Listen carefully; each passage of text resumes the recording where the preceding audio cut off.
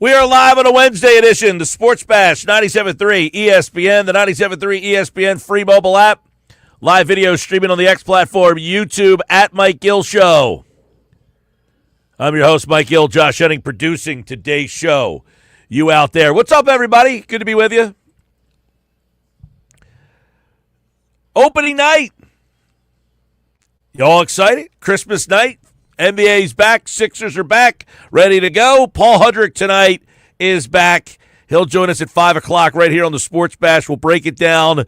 And the news came down yesterday. Joel Embiid will play in the game. So you at least got the season off on somewhat of a good note with Joel back. You know, this team has dealt with so many injury issues, especially last year, but throughout Joel's career. The fact that he has already been, it's not a game-time decision. Joel Embiid is not on the injury list, and he will play in the game. And how many people just hear that and it's like, huh, okay. I'm in. Joel's healthy tonight, I'm in. I'm at least going to give you the benefit of the doubt for the first game of the season. See what Joel brings to the table. I'll give you that. I think it is fair for people to be down or negative on the 76ers. There is no question about it. This team has been crippled with injury issues. And, quite frankly, last year, that season's an outlier, but it's inept. I have called it the worst season in the history of the franchise. I think last season was the worst season in Philadelphia 76ers history. With the injuries and the expectations and just the way everything was handled, it was absolutely, in my mind, the worst season in Sixers franchise history. And that's saying something. This is a team that, tanked, historical losses, and last season to me was the worst season that they ever had. Am I optimistic about this season? Well, it depends on what optimism means. Are you asking me if I enter this season thinking that the team is going to win the NBA championship? I would say, no, I do not think they are going to win the NBA championship. Now, that being said, I am surprised at the amount of national media that is praising the Sixers and giving them a shot. Charles Barkley, I was listening, he was on the Rich Eisen show, about 2 weeks ago. And Charles Barkley said on the Rich Eisen show that if the Sixers are healthy, they're the best team in the East. Chris Mannix was on. Now, Chris Mannix is a longtime NBA guy. He used to do our show all the time when he worked at NBC Sports. Chris Mannix was on Unsportsmanlike this week, and we played the audio, and we can, cue that up for you. Mannix said this week that the Sixers have maybe the best roster in the NBA Eastern Conference.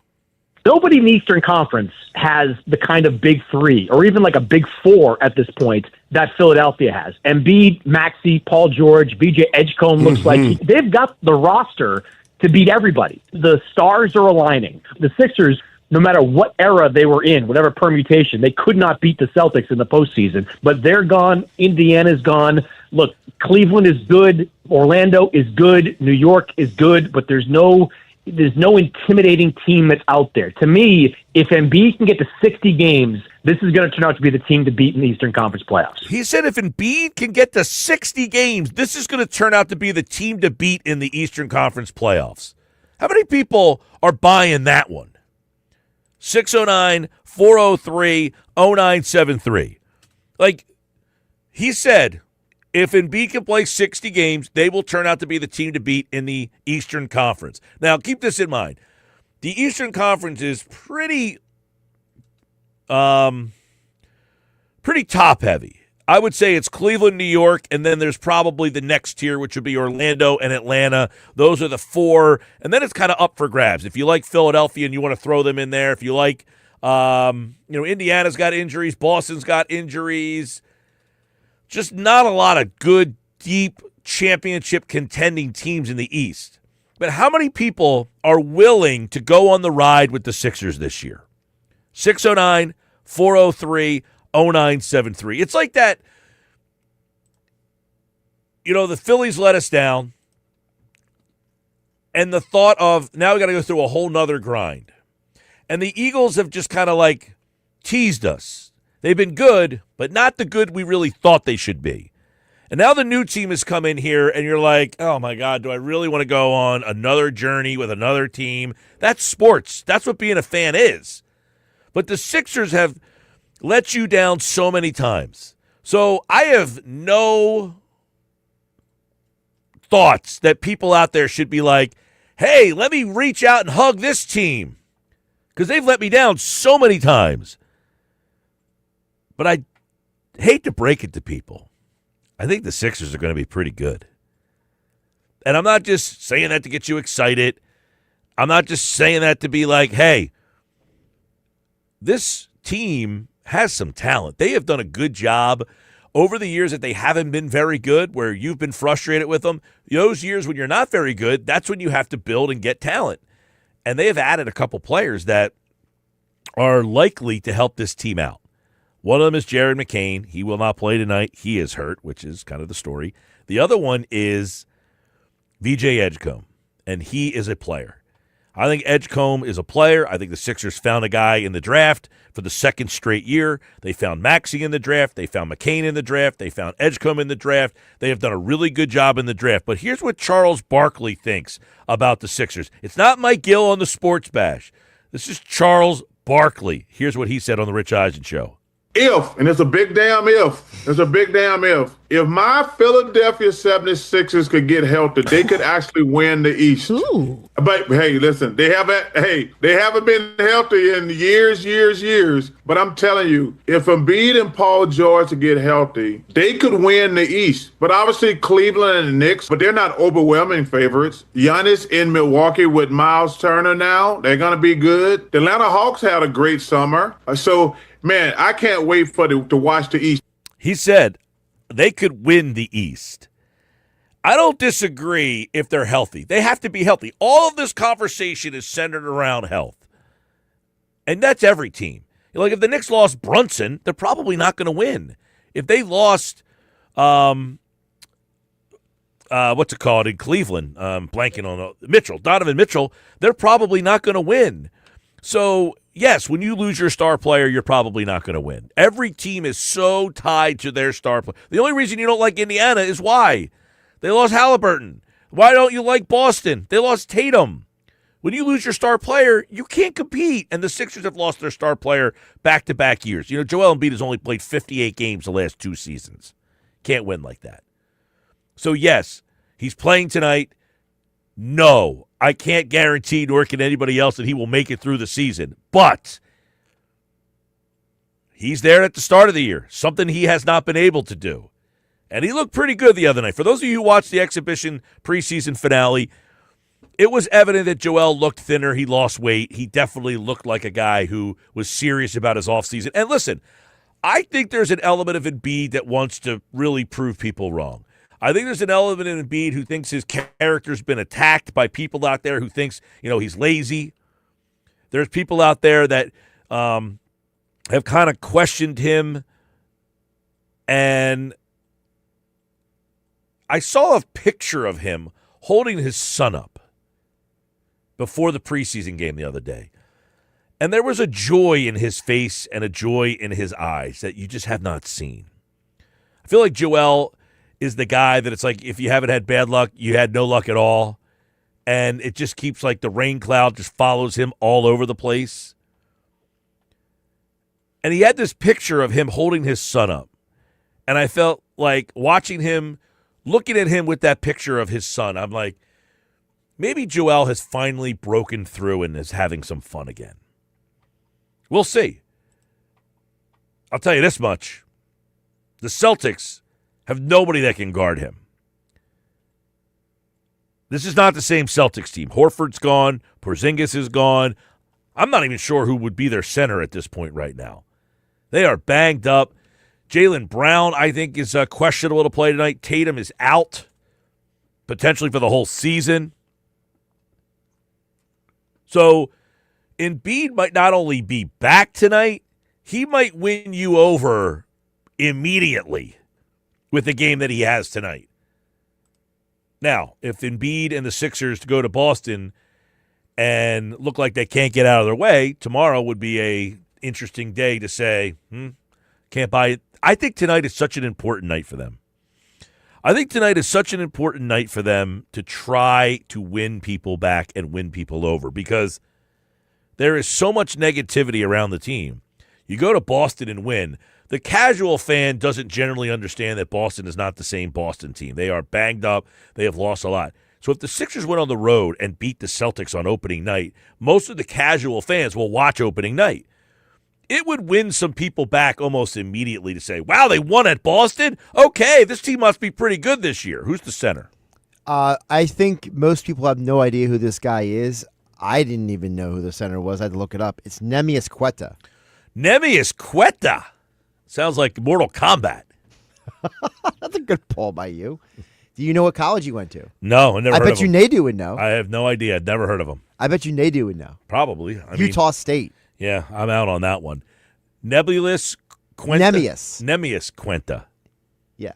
Yeah, I'd never heard of him you before. You might know who the backup center is. Yeah? Luke Garza. Okay, I remember Garza. He was at Iowa. Right.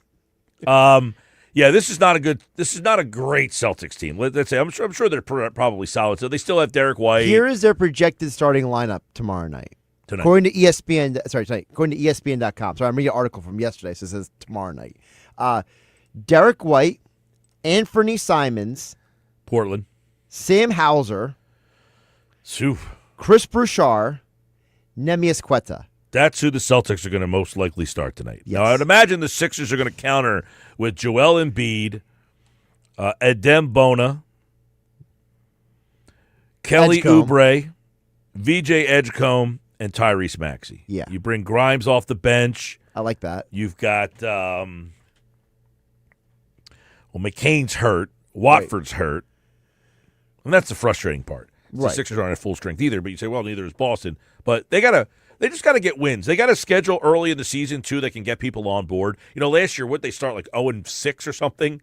They were so bad at the start of last year that they never recovered from the start of their season.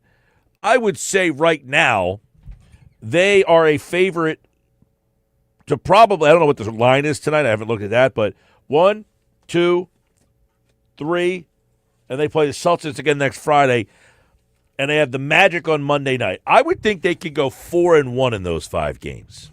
Now, beating the Celtics twice, is not easy, but that's why tonight's so important. If you can go on the road and beat the Celtics, I think it gives you that kind of mental edge of like, okay, all right, here we go. We got something here. Sixers started last year 2-12. 2-12. Not good. Horrible. And they never recovered from that. No. Never recovered. So I got a lot of text messages coming in on the Sixers. 609-403-0973. UPS Jeffs, I'm not betting on 60 games. I got over under 55. I said about 55 is where I'm at on Embiid. Now, why is 55 the number for you? Because he will not play in the back-to-backs, I don't think. Right. So I think the Sixers play 19 back-to-backs, I want to say. Let's see. I think the Sixers play 19 back-to-backs. So right there, that would take out a portion of your games, about 20. So now you're down to 16. They play 16 back-to-backs. Yes. Okay. So 16 back-to-backs, including they have one coming up against Washington Monday and Tuesday. They play Orlando Monday and they play Washington Tuesday. But Washington's a good back-to-back because they stink. By the way, only 5 of those back-to-back are home and homes. So 16 nights he's not going to play. At least. At least. So you take, 16 right off the top. Right. So now you're down to what, 66? Right. And then I would imagine somewhere in there, I'm giving the leeway for about 10 more games that he would miss. 10 more random, So I said over 55. So I have him Gotcha. right about 56 games. Fair. Is the number that I've come up with. That's him not getting hurt at all.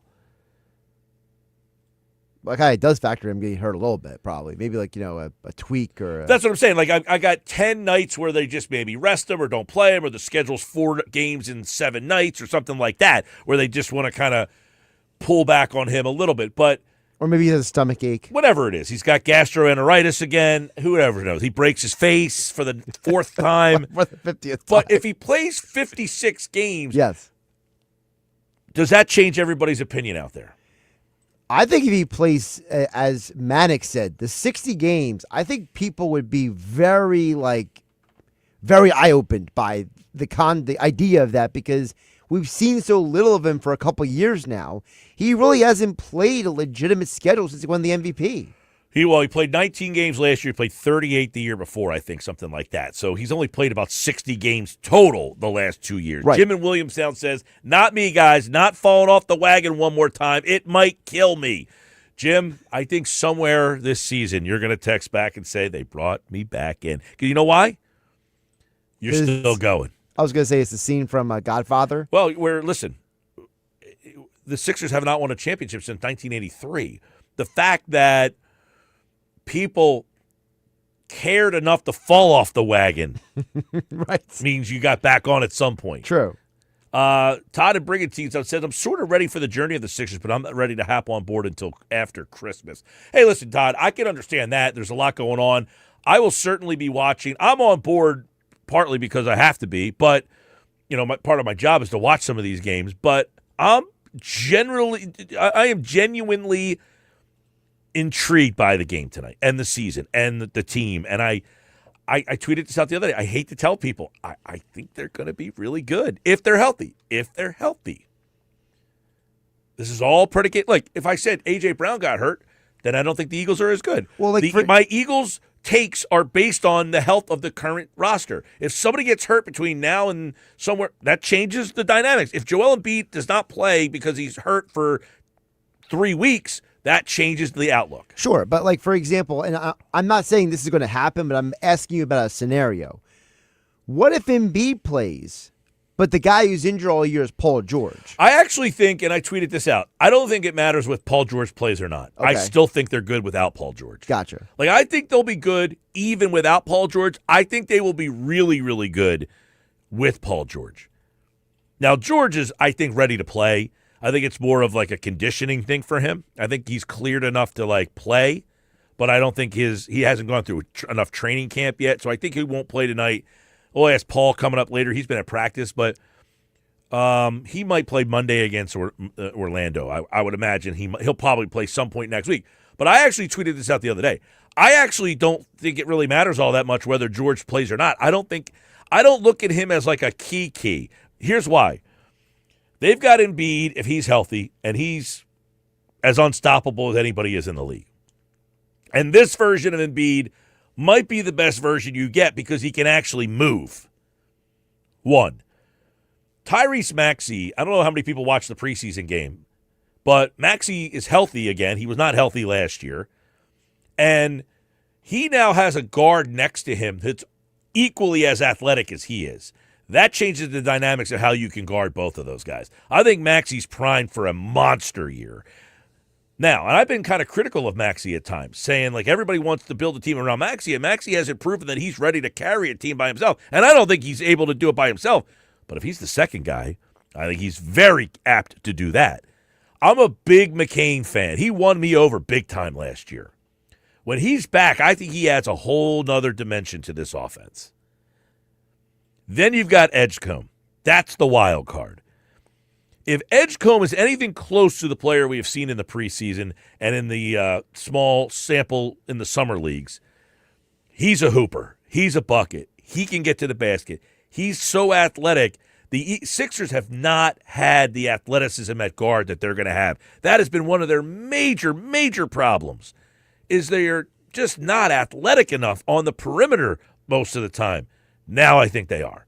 Now they're going to have some athleticism, which they had not had in the past. One problem I would say is they're a little small up front, or their backcourt's small. But again, you have seen now in today's NBA that teams can win with small lineups as long as your big man is sufficient enough on the back end. Well, last night Houston started 4 guys, 6'11", and lost. Right. And they lost to a team that was shorter than them. Yeah, Oklahoma City is pretty darn good, though. That was an awesome game. We had it for you last night on 97.3 ESPN. That game got over, 10:45 last night? Oh, it was 11 o'clock last night. Oh, my gosh. I was riveted, though. It was an awesome game to start the season. If, you're not an NBA fan and you turned on that game last night and saw the double overtime, you would have said, okay, maybe we got something here. By the way, really quick, How about the NBA on NBC last night? And then Mike Tirico's calling the game. Like Reggie Miller is there. Like I was like, basketball's back. Like, it felt like basketball was back. I didn't like the pregame. I think their pregame, they need help. I got to be honest It's one with of you, those things I didn't where- watch a second of the pregame. Oh, man.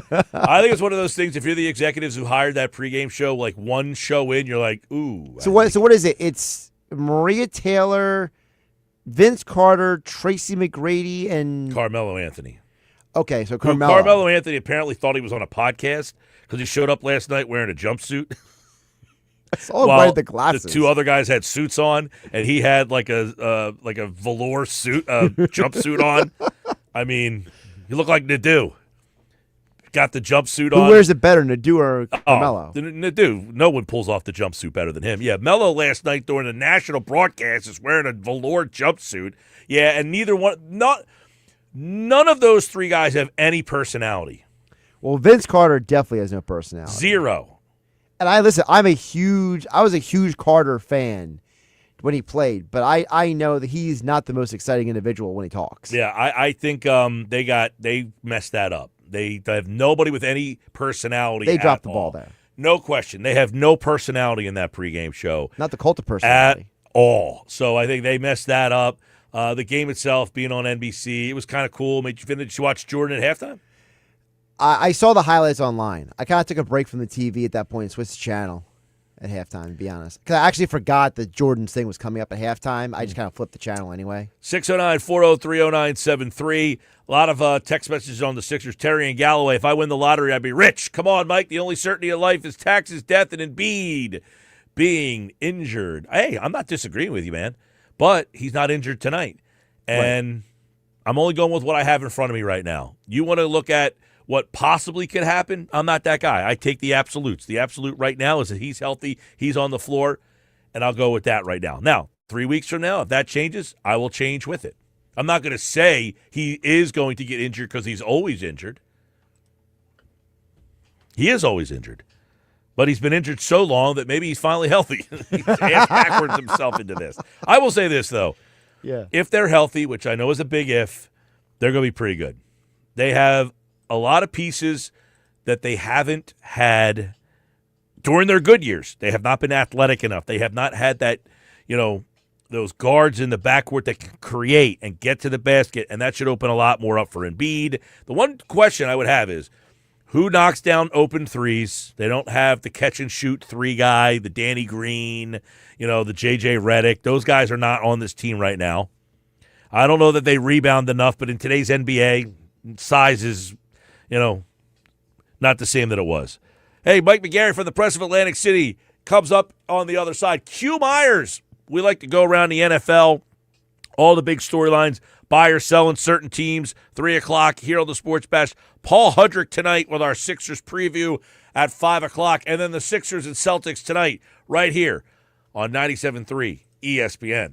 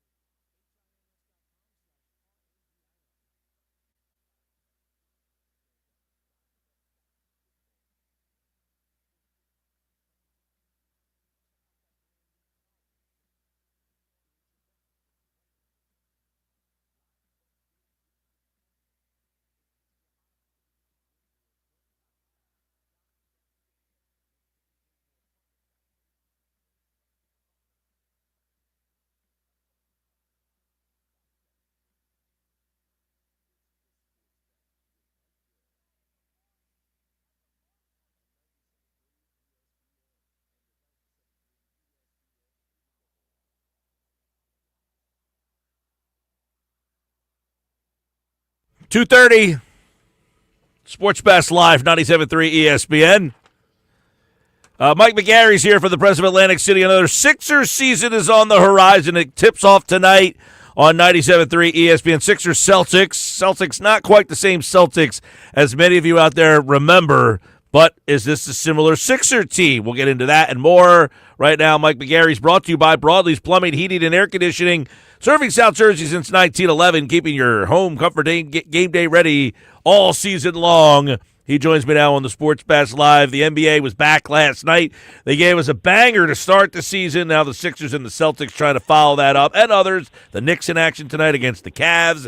And the dawn of another season. It's always kind of contingent on the health of this Sixers team, but I've been surprised. I heard Charles Barkley say, Chris Mannix, some well-respected NBA voices, Mike, that said this Sixer team might actually surprise everybody and, dare I say, go deeper than everybody else in the East?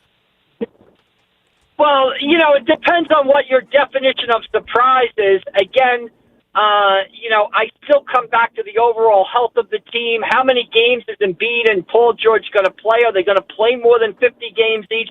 To me, the best-case scenario for the 76ers is this is a team that you look up and maybe you're a high seed in the East, maybe you're the Knicks, maybe you're the Orlando Magic, and all of a sudden you've got a first-round matchup with the Philadelphia 76ers and a healthy Paul George and a healthy Joel Embiid, and you don't want to see that team, obviously. But I still have my doubts that both Embiid and George can stay healthy for a 10-week playoff grind to an NBA title. Yeah, the Embiid thing is always predicated on health, but the version of Embiid that we saw on Friday night, I don't know how much of the preseason game that you saw, but he was noticeably thinner and certainly looks like a guy who at least has some movement back, something he never had last year and really the last two seasons. His ability to kind of move and do anything last year especially, he was really hampered by that knee, but he did look a lot trimmer.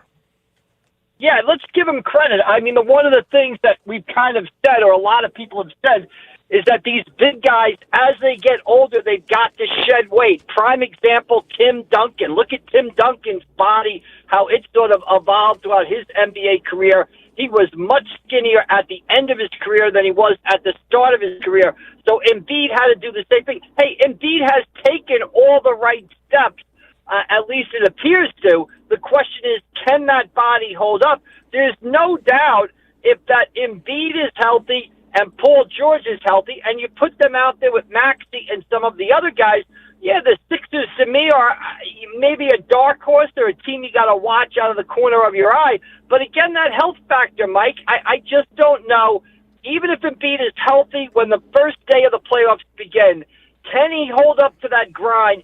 Can he stay healthy, playing every other night in May, every other night in June? I just don't think he can do it because he hadn't before. That's a fair point, Mike McGarry from the Press of Atlantic City. The one thing I think is overlooked here is everything is predicated on Embiid and his health. But they have added some interesting pieces in these years where they have not been very good. They got Jared McCain. I think VJ Edgecombe looks like a player. Maxey is now, he's no longer this young rookie kid. He's kind of hitting his prime years. They actually have some pieces that if Embiid or George missed, a game here on the back-to-back or a night there, they have some guys who now have a little bit of athleticism and talent, where last year you're running guys out like Kyle Lowry and Eric Gordon. I mean, guys who are just well past their primes. Yeah, you're right, Mike. They have gotten younger. Edgecombe is a very interesting player, the number 3 overall pick in the draft. It's very interesting to see what he brings. I'll tell you, Mike, to me, a key guy to look, and we spent a lot of time, rightfully so, talking about Paul George and Joel Embiid. To me, a guy kind of under the microscope this year is Maxey. I don't think Maxey was great last year.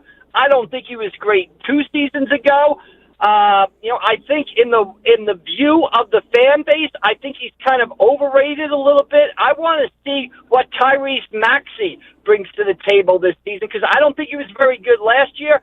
and I don't think he was great the year before. I think he's kind of a little bit of an overrated player. I want to see what he brings to the table this season. I agree with that. I think Maxey is a big year for him, but it'll be interesting to see what Edgecombe brings to the table. He's going to start tonight when McCain comes back. Then you got Quentin Grimes, another guy who showed the ability to score last year. So they should be able to have some athletic guys that can score, something they really struggled with last year. And that all tips off tonight right here on 97.3 ESPN when the Sixers take on the Boston Celtics 5 hours from now. Tom McGinnis is back on 97.3 ESPN. Mike, do you think there is trouble brewing with Bryce Harper and the Phillies? I don't think so. I think people have kind of taken Dombrowski's, comments at that season-ending press conference, sort of made too much of them. I mean, it's funny, Mike, as media, we want people to be honest.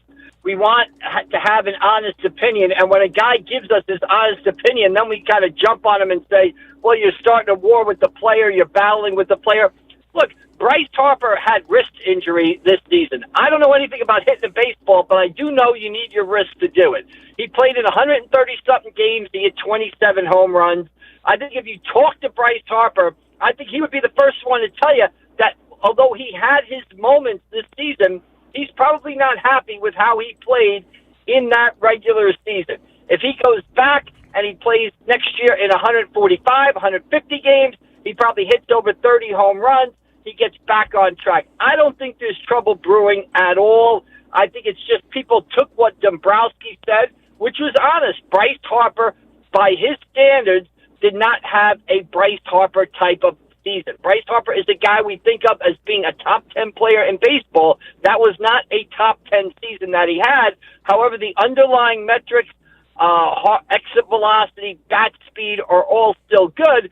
I don't think we're ever going to know how much that wrist bothered him during this season. Well, obviously that'll be something to keep an eye on, and then we know all the free agent. How do you think Dave Dombrowski felt watching Geoff Hoffman close out the ALCS the other night?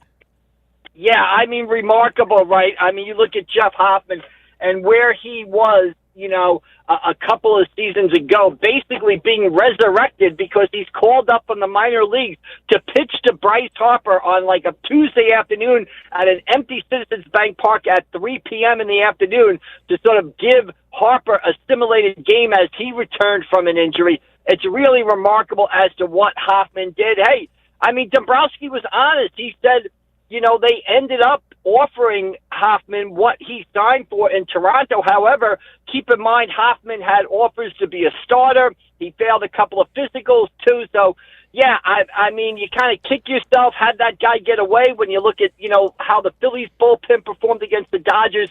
But, I can't blame, Dombrowski for that one. But definitely a little pang in his heart there. Like, that's the one that got away a little bit. Yeah, I know that. And then, by the way, Sir Anthony Dominguez also pitched an inning in that game, scoreless inning. And it's kind of ironic that the Phillies let those two guys go. You have David Robertson, in that spot, and, a bunch of other guys that they just could not find. And Dominguez is now going to the World Series. So is Geoff Hoffman. Mike McGarry from the Press of Atlantic City. Let's spin over to the NFL. The Eagles play the Giants this week. Let's get a first look at that. How surprised would you be if the Giants were able to sweep the Eagles this season?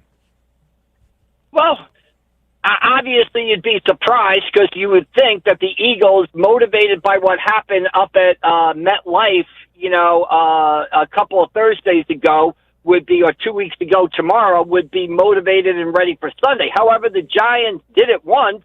Why can't they come in here and do it again? And I would not be as surprised. I know the Giants suffered one of the worst losses in the history of the NFL. What was it? Like 1,605 games. You'd been up by so much time ago, and you lose that game. But, Mike, maybe it's the optimistic person in me. Anybody that knows me, I'm a glass half full guy, not half empty. I was expecting the Giants to go out to Denver, a tough spot to play, and just get kind of boat raced out there. Instead, they didn't. I thought they played well. I thought Dart played well. I love Dart bringing the team down the field. If anything, he scored too soon. That was the problem. The Giants haven't had that problem in a long time. They're scoring too fast. And to me, this game must win for the Giants. At 2-6, I think you start flipping the page the next season, and you start wondering what's the future of Brian Dable and Joe Shine.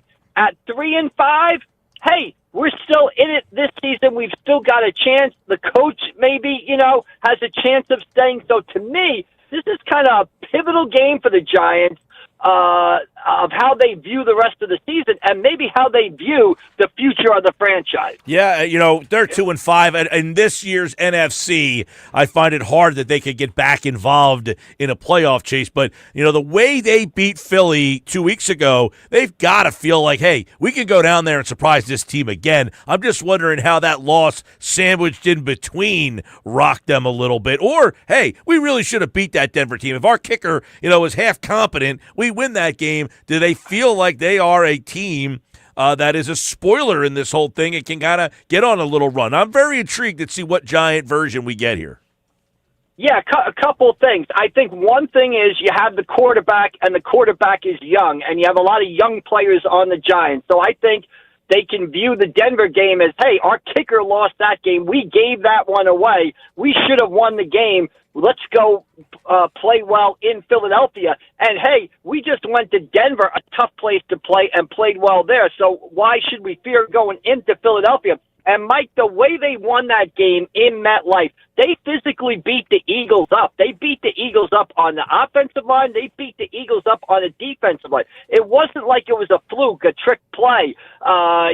Somebody ran for 500 yards. Somebody did this, completed long passes. They won that game on the line of scrimmage. They won the game on the line of scrimmage, 2 weeks ago. Why can't they come in here this Sunday and do the exact same thing? And you're right. At the Eagles, if they were to lose, they'd be 5-3. The Giants would be 3-5 with 2 wins over the Eagles. All of a sudden, your season has life. At 2-6, again, you're getting out the whatever book is looking at draft guys to draft at the end of the season, basically.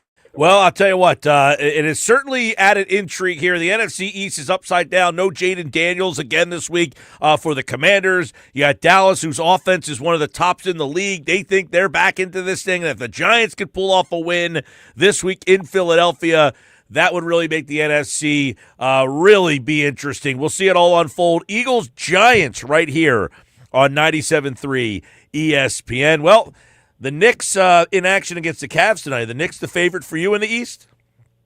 Well, Mike, they are the favorite, and this is almost, I would consider this a disappointing season for the New York Knicks. If they don't win the East Conference and get to the NBA Final, I think this is the year. You look at the East, I don't fear the Cleveland Cavaliers. They've certainly shown in the playoffs that they're a good team in the regular season, but they come up short in the playoffs. Boston has dismantled their team. Porzingis is elsewhere. Al Horford is elsewhere. Drew Holiday is elsewhere.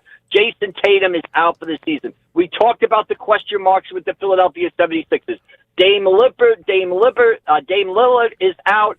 Giannis is still in Milwaukee, but that situation appears to be in flux. Yes, Orlando has added some pieces, but they are young. Are they ready to take the next step? I like what the Knicks did in the offseason. I like the coaching change. I like the addition of guys like Yabusele. They went to the Eastern Conference Final last year. To me, they have to take that step. It is set up perfectly. It's almost a now or never situation for the New York Knicks this season. All right, well, the season starts tonight. I'm looking forward to it. That was a great game last night, Oklahoma City and Houston to kick it all off. Fantastic, right?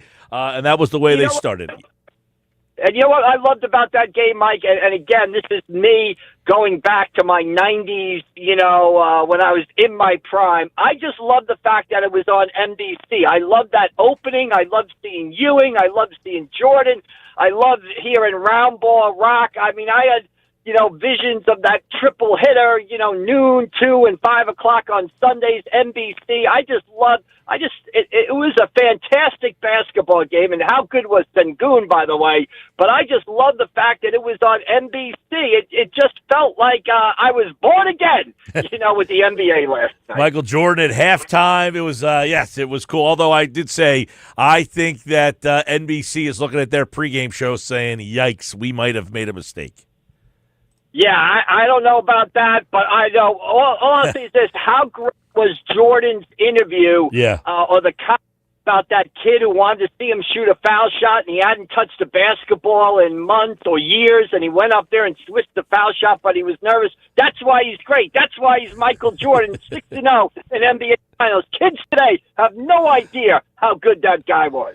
Well, Mike, looking forward to another hoop season with you here. We'll talk that. We got the Phillies off season. Eagles, Giants this weekend. Should be fun. We'll talk to you on Friday, man. We'll see you down the road. Thanks, Mike. All right, Mike McGarry, everybody, from the Press of Atlantic City, pressofac.com on the Sports Bash Live, 97.3 ESPN. It's opening night for the Sixers. Hey, listen, you on board or not, you're going to give the team a shot, or you just over with this team. I certainly understand people who are like, listen, I am out. I am not giving them a shot. I'm telling you, I think they're going to be good. I don't know what good means. That's subjective to everybody. Do you think good is 60 wins? Is it 50 wins? Is it 48 wins? I'll let you be the judge of what you think good is. I'll use my opinion on what I think good is. I think the Sixers will be a good team if they're healthy. If they're not, probably not a good team. Not a hot take there, I don't think. If the Sixers are healthy with Joel Embiid and Paul George and Tyrese Maxey and Jared McCain and Quentin Grimes and VJ Edgecombe and Kelly Oubre, I think that team's pretty good. Probably healthy with that crew. I'll go, what's their over-under for wins, Josh, you know? Let's see if I can find that real fast. The over-under win total for the Sixers this year. See if I'm like a crazy person. It is team props. Let's see. Team. I see 42. What do you got there? I see 42.5 and 43.5. I'm taking the over. I'll go over 42. Over 43.5. I was going to say, but like, I'm going to go in like the 48 to 52 range would be my pick. Yeah, I'm seeing. If healthy, 48 to 52 would be more my spot. Well, then you should easily hit over 42 or 43.5. Yeah, I'm trying to see if I can get the odds on that. What are the odds on that? Here we go. It says it's this one book says it's minus 120 for the over. All right. That's the over-under, everybody. You got over or under for the Sixers? Let us know, 609-403-0973.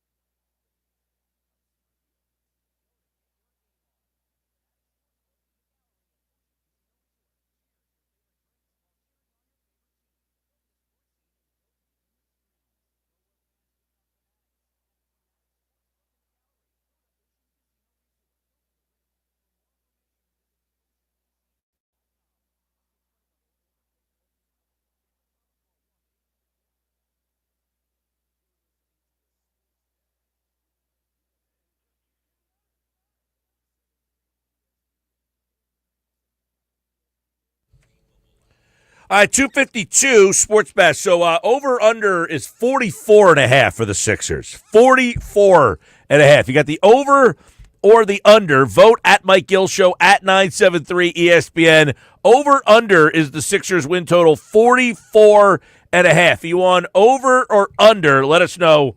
609-403-0973. And listen, I think it's a big year for the team. They brought Bob Myers into the Harris Blitzer mix here. And if this is a team that is a first-round type of exit team or don't make the playoffs, I think you got to start looking at possibly a change in leadership in terms of, and I don't know about Nick Nurse. We'll see how the season ends up going. I think Nurse has been kind of dealt a bad hand. But you might have run its course with the whole Morey thing and just say, hey, listen, we got to figure something out, new leadership. I heard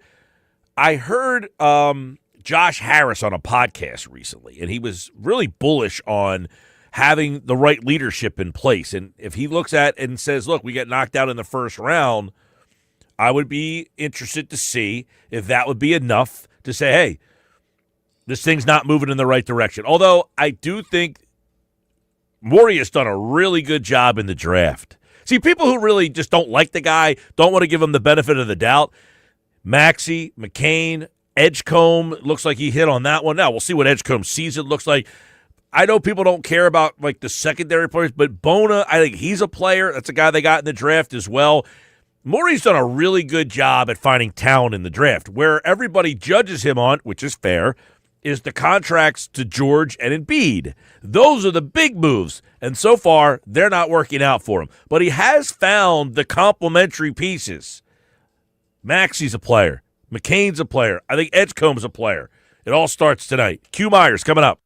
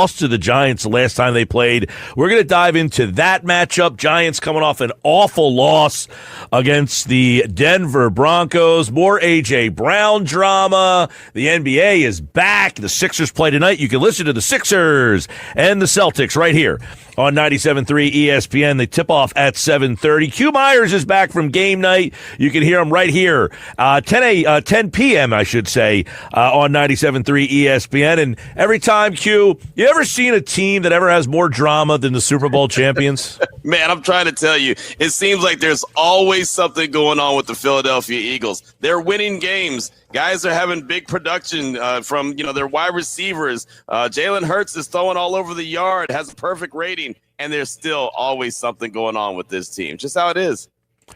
Never seems to amaze us here in Philadelphia, but let's talk about AJ real fast. I hate these things because I hate reading into it. Is he just trolling people? Does he just love to hear Q Myers' reaction on game night? He wants to hear what the national radio host is saying about him, so he puts these little nuggets out there.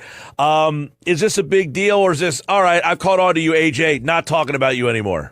Yeah, I don't think it's a big deal, honestly. I just think it's A.J. Brown being A.J. Brown, talking about using me but not using me. It's like, who are you even talking about? What are you talking about? You're having, multiple touchdown games. You're getting all kind of action. Jalen Hurts is throwing the ball around the yard. You're sealing the deal with the, nice catches at the end on nice routes that are being ran. Like, you really can't be upset at this stage of the game. Like, what are, back in the day, the old hip hop song, tell them why you mad, son. Tell them why you mad. Why are you so mad? Like, what is wrong, man? Just have a good time, play ball. You're a really good team, part of a really good team. Just go out there and handle your business, man. So I don't think it's a really big deal. I think it's just A.J. Brown being A.J. Brown. Yeah, I don't, I can't figure out, because he did say, you and I talked about this the last time he had a little bit of an outburst, which was he wasn't fulfilled by winning the Super Bowl, so now what? Well, last week he had, a big game, so now what? Like, why are you so mad, as you just so aptly pointed out there? Young DJ, is that who that is? That was back in the day. That was on that artist that we don't really talk about anymore because he's had some court appearances lately. It was on his project with Biggie. It was like, tell him why you mad, son. Tell him why you mad, son. So we use it as a feature on game night every once in a while. We just don't reference that artist anymore. But, it's like I can't figure out, like, does he not like Jalen? Right. Is that like a problem there? Is it, hey, Saquon got all the attention. You guys want to keep using him. That's what you really want to do. But when you need me, you come to me. Right. It could be. Look, at some point, the trade deadline's coming up November 4th. He's not getting traded. He is not getting traded. No, he's not. But go ahead and let his name float out there a little bit. Right? And, kind of just, hey, have a Jeremy Fowler, have a Dan Graziano, have an Adam Schefter say, hey, teams are calling around A.J. Brown, and see how that makes him feel. He's on a really good team. He's a key cog, right? I know that they're not going to trade him, and they shouldn't trade him. He's a fantastic player. But just let him think that there's a chance that, hey, man, I've been traded once. Maybe I could be traded again. Maybe I could end up somewhere at a team that will use me all the time because they don't have any talent. And all of a sudden, how happy is that going to make me? Like, just maybe make him think about it and realize how good he really has it. I don't know. I'm just trying to solve the mystery here. Hey, listen, if he likes winning, he stays. If he's not interested in winning, you probably go. Hey, man, Las Vegas could use you. You want to come to Las Vegas, AJ? The Raiders can't run more than 30 plays in a game. What's up with Max Crosby? Is he moving to Dallas or what? No, he's not going anywhere. But that's my point. See, I mean, look, all on Tuesday, my whole local show was nothing but Max Crosby wall to wall. Is there a chance that they move him because the Raiders stink? They're 2-5. They only ran 30 offensive plays against Kansas City. Pete Carroll, this project has not looked very good, and looks like it's a complete rebuild. So, you can have it a couple ways, AJ Brown. You could be in a really good place like Philadelphia where winning is expected, and going to the playoffs is just about a guarantee every single year. Or you could be somewhere like Vegas where they don't know what they're doing. They're twiddling their thumbs. I was in the locker room on Tuesday and I asked Jacoby Myers, hey, man, what do you guys do when you hear your name in the trade rumors and there's nothing you could do about it? He said, man, Q, we got jokes. We just sit there and say, hey, I'll see you tomorrow. I think. What time's your flight tomorrow? I don't know. Like, that's all they could do. Like, they have so much uncertainty, and A.J. Brown's in a fantastic position, and all he's doing is talking about and complaining and going to social media. So, yeah, rough spot. It could be a lot worse, A.J. It's a rough spot to be in. Speaking of trades, my guy Thomas Booker's working out for you. Yes. Ja'Cory and Bennett, not so much here, but there's been a lot of talk about Bennett, whether or not Once he's healthy, if he can be the guy, now I think he's back at practice today, will he be the guy that eventually the Eagles go to? You liked Bennett when they made the trade. I told you I like Booker when they made the trade. So it's worked out for Vegas. It hasn't worked out for Philly. But do you think that Bennett could solve some of their issues at corner? I think he can. He's a really good player. The problem is exactly what you said. Health. He's always banged up. That's the big problem. And that was what was going on with him. His rookie year, that's what cut last year short after playing really well at the beginning of the year. Injuries. So it's always something with health. And I saw as soon as he got to Philly, all of a sudden that injury bug popped up again. And so that is the one thing that's been holding Ja'Cory Bennett back from being a top flight corner in the league. I think that he can get healthy and be really good. But Mike, I've been saying that now for a couple seasons. We're talking with Q Myers. He's the host of Game Night. You can hear that right here on 97.3 ESPN. 10 o'clock tonight, and, of course, the Eagles getting ready to take on the Giants. The last time the Eagles played the Giants, they got whipped. They got pushed around up and down the field. And some people say, could you imagine the Eagles losing at home to the Giants? The Giants were on the road in Denver and should have won that game if the kicker had half a competent foot. However, here they are, 2-5 coming to Philly. Do you see a scenario where the Giants feel so confident after beating the Eagles the last time that the Eagles should be on guard this week? No, I think the Eagles should go out and play their game. The Eagles will be fine. They're a good team. Are there some issues that are going on? Sure, right? But I think that the Giants, they'll go in there with confidence. They have a lot of energy and excitement because of their young guys. They're, Jackson Dart, the quarterback, and Cam Scatterbo, the running back. They're giving the fan base some excitement. They've given the team some hope, but they're still trying to find their way. You saw the collapse that they had, and you're right. The kicker, if he has half a foot, they win the game. If Jackson Dart doesn't throw an interception at the end, that was just careless, they win the game. A lot had to go wrong for them to lose that game. But, Mike, when you're not a very good team, things that could go wrong normally do go wrong, right? And so the Giants just aren't very good. I do not expect them to beat the Eagles. I do not expect them to even push the Eagles, but I know Philadelphia is going to be ready for them this time. They're not going to think that, this is just some team that's an easy W on the schedule. Not that they were thinking that way. They're going to be paying attention to them, but I think that you'll see Philadelphia really put it on them. And again, the Giants are still trying to find their way. Well, and if people keep asking here, have the Eagles found their way? Do they know what they are? Their offense last week, horrid again in the first half. Then they opened it up in the second half. You're playing Minnesota, and you're thinking, okay, they finally kind of found their way. Do we give them credit for that? Have they found something? Have they figured something out? What's the take from outside of the market? Well, I'll tell you this, man, and I got to shout out to my guy Harry Douglas from Freddie and Harry on ESPN Radio as well. He said this the other day, and it made all the sense of the world. Teams' identity changes year to year, and we know what the identity of the Eagles were last year. It was the Saquon Barkley show. He's not going over 100 yards rushing this year because every team is like, he's not going to beat us. So what they have to do is what they did against Minnesota in the second half of the game. Throw the ball around the yard. Throw the ball to open up the run as opposed to run the ball to open up the pass. That's just who they've got to be this year. They can do it. They've got the guys to do it, including the quarterback that can get it done. They're going to have to throw the ball around the yard. That can open up the run game for Saquon Barkley, and then the Eagles can start playing more of the kind of complementary ball that they want to play. I just think they're going to have a heavy emphasis on Jalen Hurts' arm, A.J. Brown, and Devontae Smith for sure to be able to get things cooking. I think that they'll realize that moving forward. Well, I'll tell you what, the NFC is wild. You had Tampa lose the other night. Detroit looked really good there. You've got Tampa Bay with just the one loss and the tie. You got San Francisco, Seattle, and the Rams all right now tied for that division lead. And then you got Dallas churning out the points, man. If they can make a deal or they could do something with that defense, this NFC is high entertainment value. And listen, you got the Bears kind of hovering in there as well. No Jaden Daniels this week. That was announced earlier today. He's not going to play, but that's the defending, runners up in the NFC. This NFC is kooky right now. It really is, man. It's wide open like some old school TV antennas is what I like to always say. But you're right about Dallas, man. That's what they could do is score. They just can't stop anyone, right? So they've got to go out and make a move. I'm looking at Trey Hendrickson will probably be the guy that they go make a move for from Cincinnati. I know he's banged up right now, but I think that would make a lot of sense because what they need is what he's really good at, just pinning his ears back and getting to the quarterback. And, of course, he's, got that weird wonky contract there in Cincinnati. So I think that that's where they're going to ultimately fall on is Trey to end up in Big D. But, man, the Bears, as you mentioned, they're on a 4-game winning streak, right? It seems like Caleb Williams and Ben Johnson, they're working really well together. And with Jaden Daniels going down again, missing this week, and I think he's going to miss a few weeks, all of a sudden you're looking at it and say, wait a minute, hold on. Jaden Daniels was the guy his rookie year, and Caleb Williams, there was all these questions. Now Caleb Williams is cooking and Jaden Daniels is regressing. Where are we at now? So that's just how this thing goes, man. I mean, you just never really can put your thumb on it, finger on it, and say, this is exactly how it's going to be, no doubt about it, because, well, the minute that you think you have figured out, that's when it starts to trend in another direction. All right, that's what we like to do. Q Myers is with us. Let's look through some teams and whether we're buying into them or not. We're about halfway through the year. Week 8 is here now. So are we buying Seattle? I think so, based off the defense. It really does concern me, though, when I watch them on Monday Night Football and Sam Darnold turns the ball over 4 times. And if they're playing anyone but the Houston Texans, who have a worse offense than, well, just about anybody, then they probably lose that game. Sam Darnold's got to be better with the ball, but that defense is out there playing. They're playing, and they're making life miserable as well.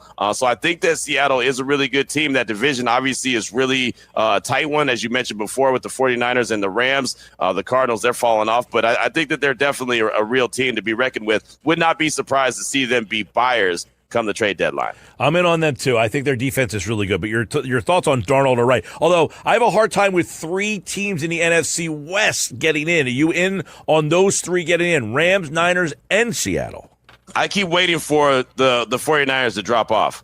The problem is the 49ers haven't dropped off, right? I keep thinking that, okay, this Mac and they're Jones banged team, up. Yeah, and exactly. And that's why I keep thinking that that's going to catch up to them sooner rather than later. But somehow, some way, they continue to find ways to get it done. And the one thing about it is, and this was pointed out to me the other day, is that, you see all these guys come in for the 49ers and you might not know their name or recognize them, or they might have come from the practice squad. But John Lynch and Kyle Shanahan have been there for a handful of years now together. So everything is the same. All the system is the same. So these guys have been running basically the same offense, same defense. I know the defensive coordinators have been changed, but basically it's the same scheme for all these years. So when they need to plug in and play a guy, they have confidence that he can do it because they've been part of this system and team for a while. All right, a couple of interesting teams here kind of in the middle. Buying Carolina. No, and Bryce Young is banged up. He's hurt, so I think he's going to miss some time. I think Carolina, they're trending in the right direction where they're starting to figure things out, which is great for them. But I mean, they're still just one of those that I think they'll give you a tough game, but they're not really a threat. I think they're like the Giants right now, right? They're trying to find their way. They have some nice parts, and they do have nice moments. I just don't think that they have complete games. They've won, 3 in a row here to get themselves into the race down there in the South. The other team I think is interesting, we kind of touched on, we buying Chicago. Man, that's a tough one. That really is a tough one, especially in that division. But the proof is in the pudding, right? They've won 4 in a row, right? So, I mean, they're obviously they're figuring something out. They're getting trust in Caleb Williams. They're believing in Ben Johnson with what he's doing, which is pretty good for a first-year head coach. So, yeah, I think that Chicago's going to make that division. They're going to probably set some team back where a team might miss the playoffs because Chicago got them, right? I don't know if they're a playoff team. They might be a wild card team that's like one and done, but I don't think that they're a team that's going to make a deep run just yet. But I think that they're going to mess up a couple team seasons this year. All right, a couple more fun ones. What about Jacksonville after last week? It felt like we were all ready to start, and then they lost 35-7. Yeah, I'm still not there. I'm not there. I've been still doubting them. I do like their defense and the fact that they're able to create turnovers. Not having Devin Lloyd out there in London was a big deal. Something about him in London, I feel like he has never played over there, or he misses time whenever they go over there, and they're over there all the time. So I don't know if they're really that team. Trevor Lawrence is still a question to me. And I'll tell you, I might be in the minority. I'm fine with that. I still think Travis Hunter is a better cornerback than he is wide receiver. I just think he's more effective at that position. Even though he's putting up some pretty good numbers at the wide receiver position, I don't think that teams are fearful of Travis Hunter at that position. But if he just locked down and played corner, I think that they would stop throwing that direction, right? I think that at some point he needs to master one side of the ball or the other. Pick a side, master it, and then be used in packages on the other side of the ball. And I think it's easier to do that from the cornerback position and have a package at wide receiver. We're going around the NFL. Q Myers is here. Of course, you can listen to him on game night, 10 o'clock, right here on 97.3 ESPN. All right, couple other ones that I want to throw out because Chargers, they were a team that we thought all of a sudden we thought they were for real. Now all of a sudden, this team seemingly is falling apart. Yeah, they are. They have injuries, man. That the offensive line being banged up, obviously that kind of puts a damper on what Jim Harbaugh wants to do. And Justin Herbert, he started the season when they went to Brazil, got the victory over the Chiefs. The first 3 weeks, they beat all AFC West teams. Boom, boom, boom. They're 3-0. Felt like Justin Herbert heard all the conversations about he's not really that guy. He's a good quarterback, but he hasn't won anything. So it's like we were all on notice.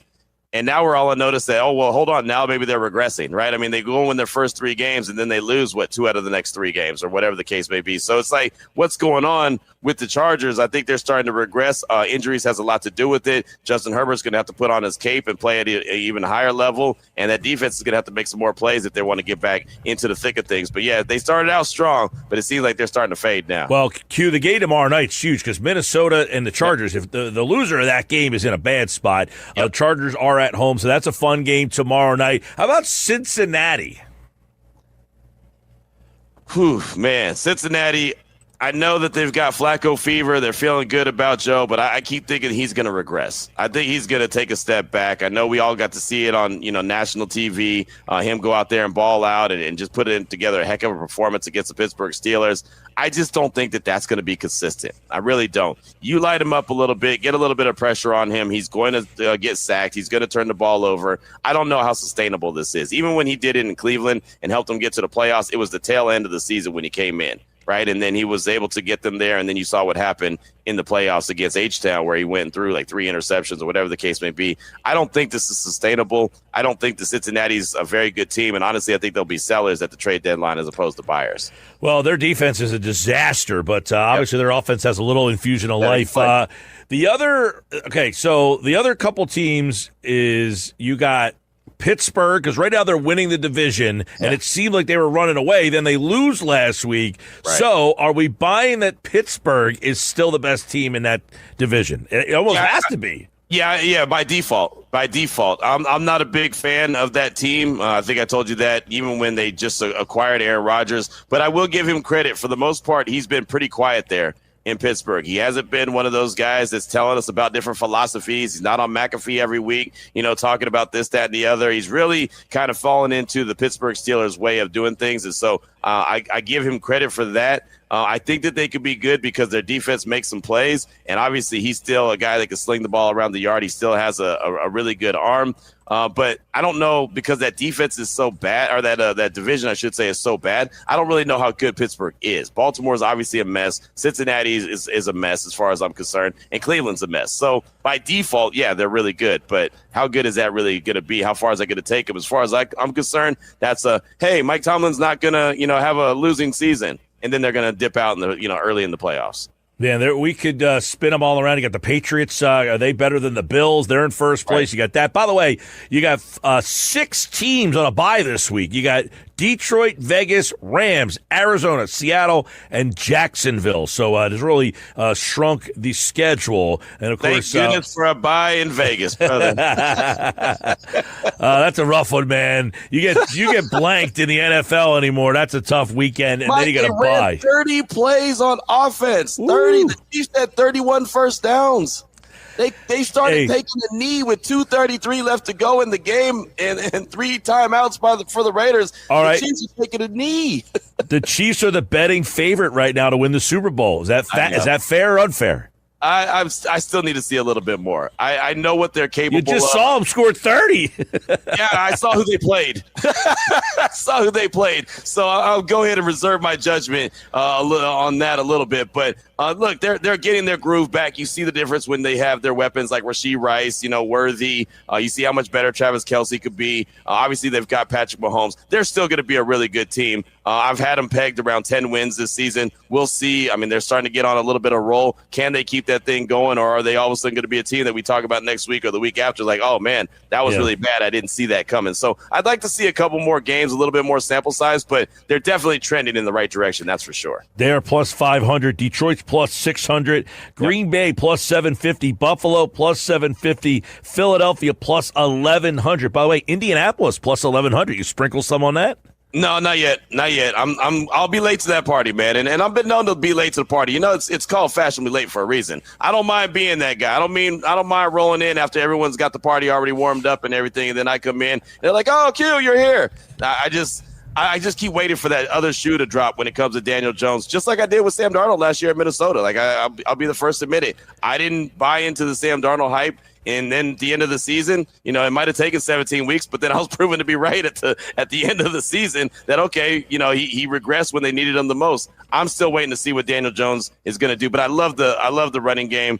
Jonathan Taylor's doing a great job in Indy. I think Shane Steichen's doing a good job, but Daniel Jones is not messing it up. So I do have to give him credit for that.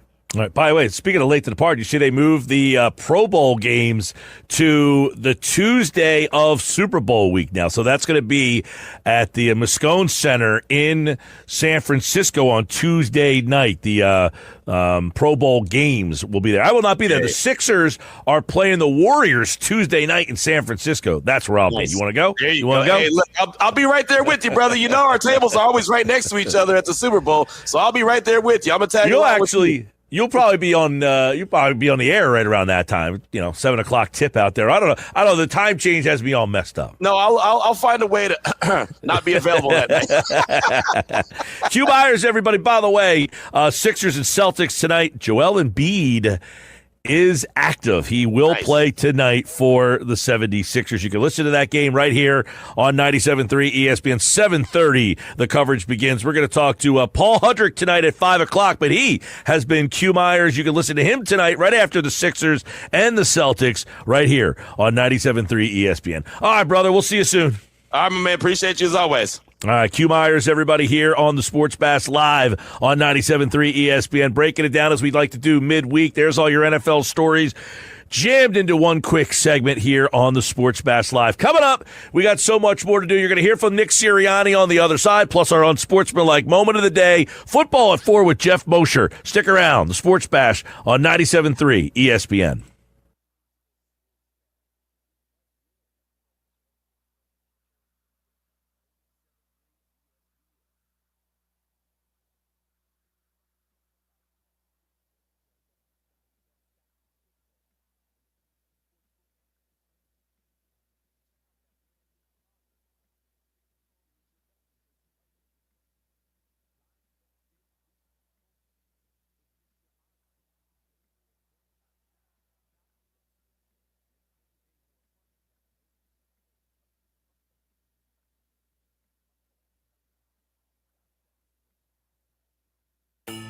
Whatever your vision for holiday decorating, the Home Depot has what you need to bring it to life.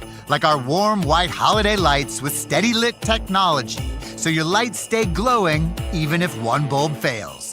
Whether you're going for a soft, warm glow or a colorful display of holiday cheer, choose from our wide variety of holiday lights starting at $5 in store only. Find everything you need to get your holidays started with the Home Depot.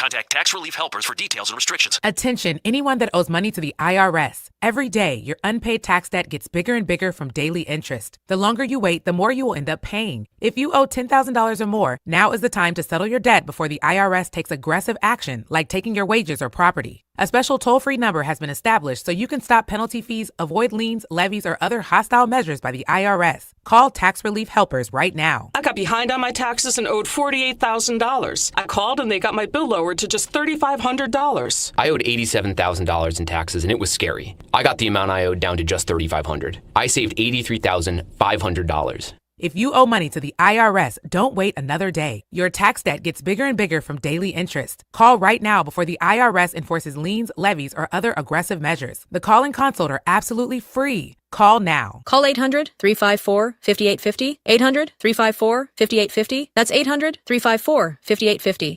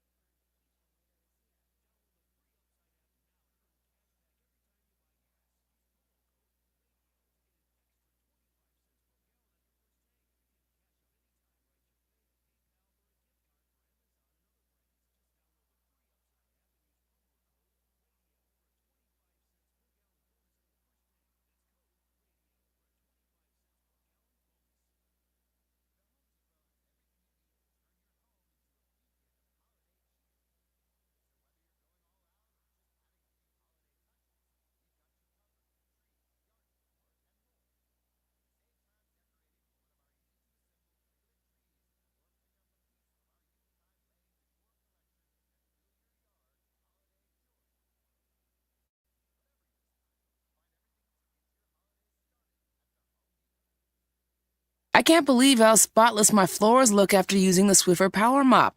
No more dragging around a heavy mop and messy bucket. Now I get the same deep clean without all the work. Thanks to the powerful solution and scrubbing pad of the Swiffer Power Mop, dirt and grime don't stand a chance, and I don't break a sweat. Mic drop.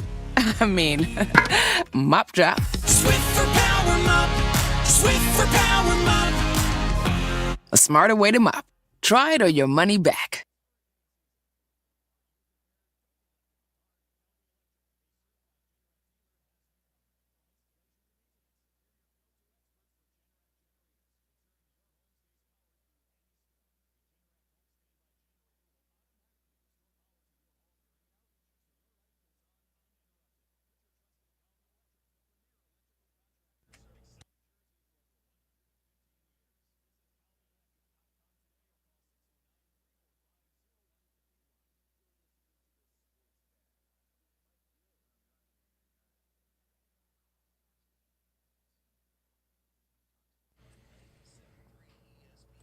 .328 Sports Bass Live, 97.3 ESPN. This hour is brought to you by Broadlee's Plumbing, Heating, Air Conditioning, your trusted source for heating, plumbing, service, installation, 609-390-3907. Online, Broadlees.net. What's going on, everybody? Mike Gill, the Sports Bass. You know the Sixers are a dog tonight. 4.5-point doggy dog against the Celtics. Over under 44.5 is the number. What do you got? Over under 44.5. I'm taking that Sixers number and running with it. Yeah, 4.5-point dog. You got to ride that. That's ridiculous.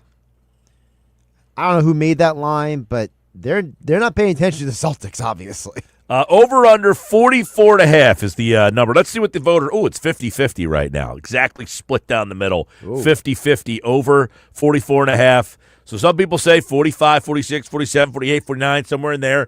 And then the rest of you guys, the other 50% say under 44.5. We'll keep posting that throughout the show. We'll update it. 1 hour from now, it's the Nuggets. Right now, head coach Nick Sirianni asked a lot about Brandon Graham. He was at practice today. A.J. Brown was not at practice today, by the way. A lot of pictures of him just standing next to Big Dom. I think he was getting a little earful. A little friendly advice. Hey, I got some information for you, kid. He was asked a lot about Brandon Graham, Cam Jurgens' injury. Would they use Lane Johnson at center, Jacorian Bennett, all that and more right now with the head coach of the Philadelphia Eagles. Here is Nick Sirianni. I want to ask you about this Giants matchup. I know typically, as you've told me before, you approach every game like it's the same. Your guys' process is boring, but it works. But when you're playing a team for the second time in 3 weeks and it's a rival, and they were chirping a little after, some rookies at that. Does that provide any source of motivation as you guys are going through the game plan? Is that in the back of your mind, just how that game played out during and after? Every game, obviously, if we're getting up more for one game than the other, then we're not doing our job on a consistent basis. And so that's why you try to keep that same boring mindset over and over and over and over again, regardless of the opponent, regardless of anything. So, it's business as usual. And I've said this before. It's like, hey, if you need a little extra motivation and that doesn't distract, it's always about, does it distract you to put that extra motivation on you? Then don't use it. If it helps you, use it. Like, everybody's a little bit different there. Our job is to go through the same process and go. There's steps required to win. There's steps required to be ready to play, and it's about those steps, and that's what we'll be about. We know we got an opponent that that beat us a week ago, and our job is to get ready for every opponent the exact same way, and we'll be doing that this week. Was it like having you back in the building? Yeah, exciting. Obviously, his play speaks for itself. Great person to be around, great teammate, and so really excited to have him back. How can players on Sunday in the locker room, we're talking about if he was to come back, sort of energy, the juice, the leadership, all that stuff. Obviously, you guys signed a veteran in Darius after week one. Is that something you feel the room needed, and is it lacking with Darius gone? I think we've been playing with and practicing with a ton of high energy. I think that's one thing I always admire about this team, is that just the will to win and the will to do the things required to win and get better. So, and we've had some great intensity practices throughout training camp, throughout OTAs, into the season. But BG always just adds to that. Excited, like I said, excited to have him back. How can the success of the pass game, particularly off play action, help the run game moving forward? Yeah, again, when the things kind of look similar, right, and you have to be multiple there and play multiple. Defensive linemen have to go from run stoppers to pass rushers and vice versa. So there is a little bit of a and the same thing with the linebacker, same thing with the secondary. So a little bit of a seed of doubt that you put in their minds with those things. That's what you're trying to constantly do. And what we've been able to do in the past 4 years, we're just looking to continue to grow on that. Well, is there anything you can share with us in terms of Cam Jurgens' injury? Is there any concern it could be a long-term? Yeah, we'll see. We'll see how it goes. He's always going to do everything he can do, and our trainers and our doctors and our strength staff will do everything they can do to get him back going as soon as possible. We'll see where we are. You'll get the injury report later today, but we'll see where we are as the week continues and where Cam is. What would you need to see from Jacorian Bennett this week to activate him and then give him a role?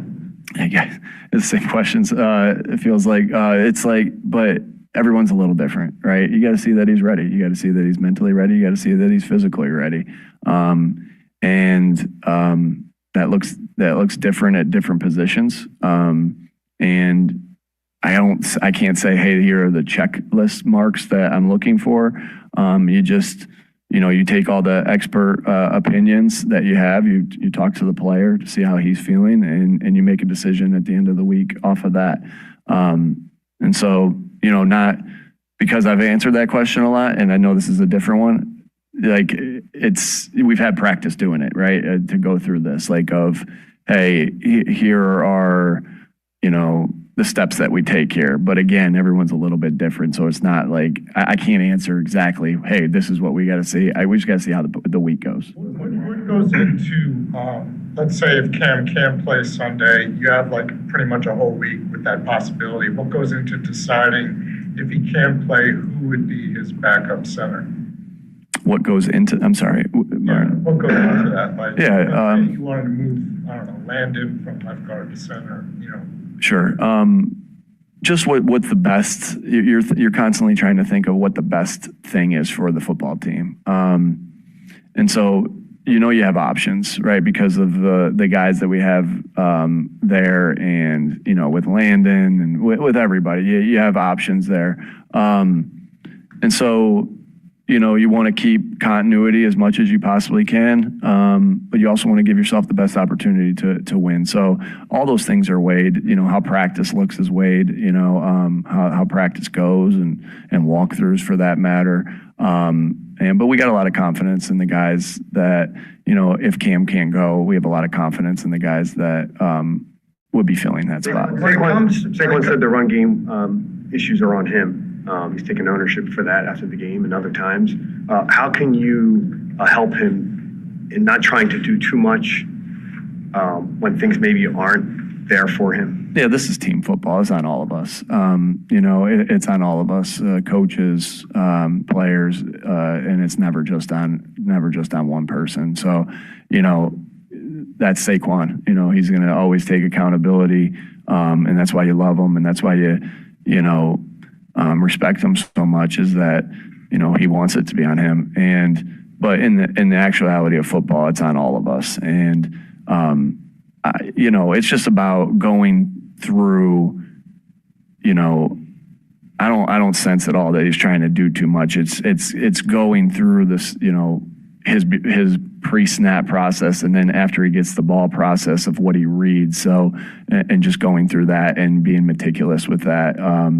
But, we all have to do a better job to get it going. We know that's something that we always want to rely on. Other teams obviously know that's something we want to always, have the ability to be balanced. And, we're working like crazy to figure it out. And I think we've had some good thoughts here, and now we got to go put it to work.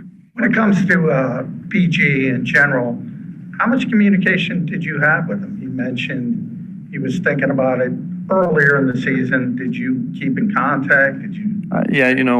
John, I keep in contact with all our guys, all our players. Whether they're here or whether they're not, retired or whatever. So I do that with a lot of guys that I used to coach. Sometimes it's through a text message. Sometimes I can't tell you how many times you're watching tape and you're seeing something that reminds you of one of your guys, or that you had in the past, or the guy that you have on your team currently. That's a relationship part of it that you value, and that why we got some of us have gotten into this business for. And so, you always go back and look at old tape. Hey, this play, we could run this play. Hey, go back 3 years ago and let's put that up. So that's not uncommon for me to have communication with Kelsey or Fletch or BG about those, because as you watch tape, your mind, thinks about the plays in the past, because that kind of, you can kind of correlate things like, hey, this looks like this game where we played against this team here. And so those happen quite a bit. Not necessarily about anything, just more, hey, thinking about you. Hey, remember you made this play, or how's the family doing? So it would be more like that over the past month. What gives you confidence that Brandon can make an impact on the field despite not having played football since February? Yeah, obviously we're going to go to practice and build confidence in practice. And so what gives me confidence in, Kevin calling a certain fourth down call where I say, hey, we're going to go for it. And we've obviously talked about that call going into it. Well, it gives me confidence is the practice reps on it and the guys that are executing it. So it's the same thing here. We'll see how practice goes, but have confidence in who BG is, and as a player, as a person. And like I said, we'll see where he is by the end of this week and see what we got. But I got confidence in him just because he's done it for so long and has recently done it. It wasn't a couple years ago, right? It was just last year, or he played at a very high level. In Devontae's case, does he take bigger hits than other players, or is it because he's on the lighter side? And then also, is there something about whether it's his route combination or the way he plays that puts him in position for those hits? Devontae is so tough that, and he knows that we talk a lot about and I know he talked a lot about this in college and about finishing runs and finding ways to get ugly yards after the catch, and he's gonna go look for those ugly runs and extra yards because of just his makeup and who he is and the toughness that he has. I think sometimes, like I remember the Super Bowl in 22, our first third down, he catches a little shallow route, and Reed comes over and just smokes him on the sideline, and he hit him good. I don't know if you remember, his feet were up over his head, and Smitty just gets up fast. And I think about that. There was also the game in 22 against the Cardinals, where someone came over and just drilled him on a wide receiver screen, and he pops up. It just shows his toughness, and then his ability to just keep getting back up. Sometimes you don't want him to take those hits. There's a time that to go out of bounds, but he is always looking for the grimy, gritty yards, and that's. You try to show your physicality and your toughness many different ways, and I think there brings a lot of energy to guys when you see Smitty lower his shoulder and get those extra yards. I think about 23. We threw a little screen to him in 23 on 3rd and 14 in the San Francisco game, and he broke through 3 tackles and got a first down in it. And we were struggling a little bit at the time, and it brought life. We didn't win that game, but it brought life to everybody. And I think that's what a big play can do, and that's what a great assist from a teammate can do, and that's what great toughness shown on tape can do. Is because those are the things we talk about all the time. Is can just bring that energy to a football team, and I think he consistently does that. And he keeps getting up and he keeps fighting, and he delivers. I know he gets hit sometimes like that, but he delivers a lot of blows as well. When it comes to somebody who retires, I'm sure there's a sense that how that itch to play football never really goes away. So as a coach, how do you just deduce the difference between someone who just has that itch and, okay, this can actually be somebody who can come back? Yeah, I think you only have a limited amount of time where you can come back, right? It's tough, way down the road to be able to do that. And so, yeah, you see, obviously we do whatever we can do to help the football team. We obviously feel like this is an opportunity to help the football team, and, fresh off of retirement and excited to have him back. I think that'll be as you guys asked the guys today, I imagine that's going to be the pretty common denominator, just how pumped everyone is to see his face and have him here and to have him back. Nick, what have you seen from the progress and development of Drew Kendall since he got here in April to now? Yeah, Drew's a tough kid and very, very intelligent football, very high football IQ, and he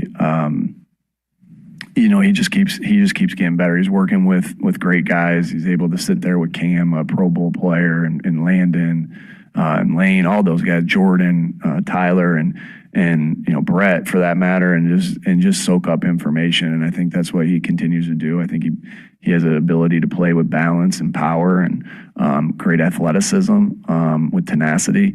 And I'm really pumped about Drew and his development. And we'll see how that continues to go. But I know he works really hard, and God willing, he'll reach his ceiling. There's Nick Sirianni. A lot on Brandon Graham there today. One of the questions was about whether or not he would play this weekend. He didn't commit to that. So obviously, I'd be pretty surprised if he played this weekend, but I wouldn't be shocked. He was on the practice field today. Jacorian Bennett, he says everyone's a little different. You got to see if he's ready. But he said right now that you have to go see that he's physically ready. The look's different at different positions. I could say, here's the checklist marks that I'm looking for. You take all the expert opinions that you have, you talk to the player, see how he's feeling, and you make the decision at the end of the week. Bennett would be a guy that would help them out. I think if they can get him back, that would help the outside corner spot. We talked about that earlier with Q Myers. He thinks Bennett would help this team. I agree. Getting Bennett out there would help the second cornerback spot. The other guy that was asked about was Landon Dickerson playing center. It can Jurgensen play. He was very non-committal on anything there. He did get asked about Pete Kendall. You heard that at the end. Drew Kendall, Pete's his dad. He said, yeah, Drew's a tough, intelligent kid. He's able to sit there with guys like Juergens, Dickerson, Lane, Mailata, Steen, and soak up the information. Not sure that you're going to see Kendall, but I wouldn't be surprised if Kendall's the starting center and Toth goes back to a backup role. I think Toth is a guy who's active on game day, and then when an injury happens, maybe something changes. We'll see. All right, coming up, it's the Unsportsmanlike Moment of the Day. Now, Josh and I had a little debate in the studio before the show. They were debating it this morning about one particular college football coach, but we're going to get into that coming up next. Our Unsportsmanlike Moment of the Day is next on the Sports Bash live on 97.3 ESPN. It's Sixers basketball tonight on 97.3 ESPN with the voice of the Sixers, Tom McGinnis, calling all the exciting play-by-play action. He steps beyond on the left side for three, and it's in! A timely tray by Maxey. It's Sixers Celtics tonight. Coverage begins at 7:30. It's Sixers basketball all season long on South Jersey's radio home for Philadelphia 76ers basketball. 97.3 ESPN.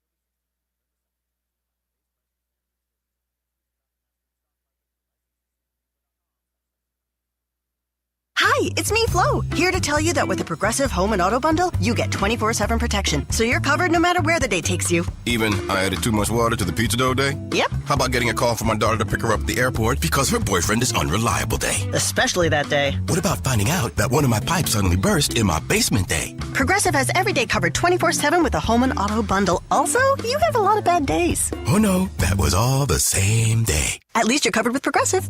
Progressive Casualty Insurance Company affiliates and other insurers. Not available in all states.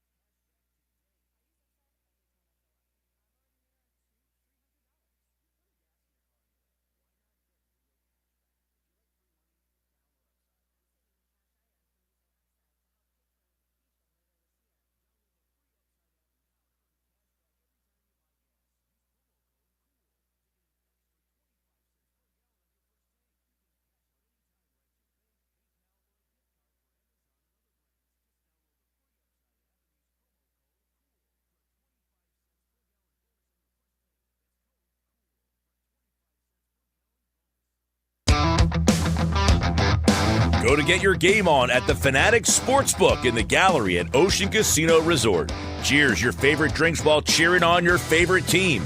Go for the sports scene and go for the endless screens. Go where fans become fanatics at the Fanatics Sportsbook in the gallery. Go to Ocean Casino Resort. Go for the win. For more information, visit theoceanac.com. Must be 21 or older to wager or consume alcohol. Gambling problem? Call 1-800-GAMBLER.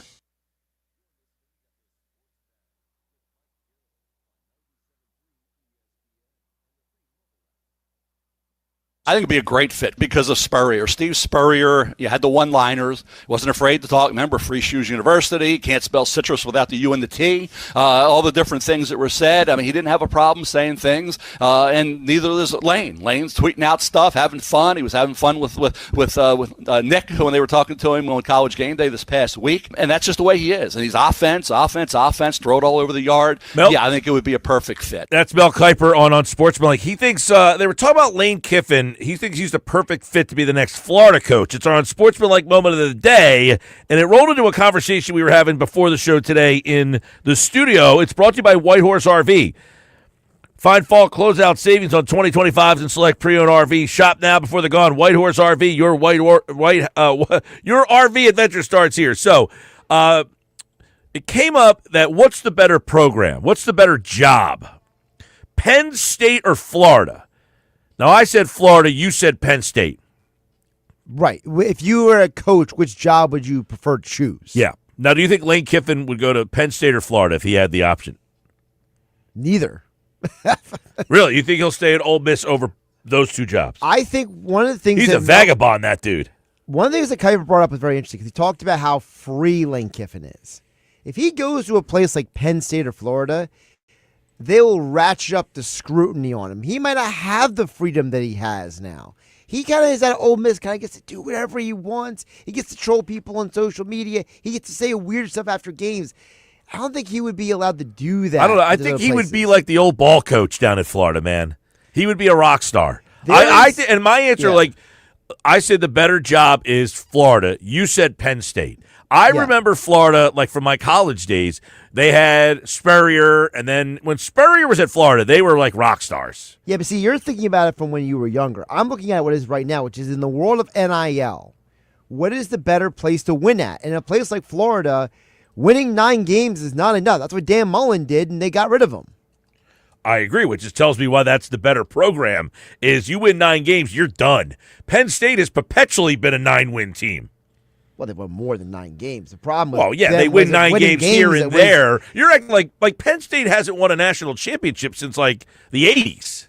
Yeah, but see, again, you can't go back to what happened in the past. You got to look at what's going on now. In the world we live in now, where you go has less to do with what happened 10, 15, 20 years ago. It has to do with the fact that these NIL situations. Yeah, and I think the NIL situation, my point is, the NIL situation in the SEC in Florida, I think is a stronger situation than what Penn State is. Yeah, Penn State has kind of rested on its James Franklin laurels for so long here. Yeah, but see, you're overlooking some of the stories that come out of Penn State, how they've had issues with paying guys, players arguing for money, guys coming and going because they weren't getting NIL deals, the NIL funds drying up down there. It's a bit of a mess down there. I don't know. I think if I'm a coach, I'm probably picking Florida over Penn State. A lot better recruiting area there. The weather's a lot nicer. The SEC, stronger conference than the Big Ten, better TV deal Big from Ten the might SEC. be an easier pathway to a championship, though. All the SEC teams are the SEC teams beat up on each other. Yeah, but most of them get into the play, especially now they're expanding the playoffs. And listen, you're not going as a coach to say, "Hey, can I be the 5th team in any conference?" You're going because you think you can make them the best, not an easier path. What do you guys think? Better job, Florida Gators or Penn State? 609-403-0973. When we come back, football at 4. No A.J. Brown at practice today. Coming up next on the Sports Bash, live, 97.3 ESPN.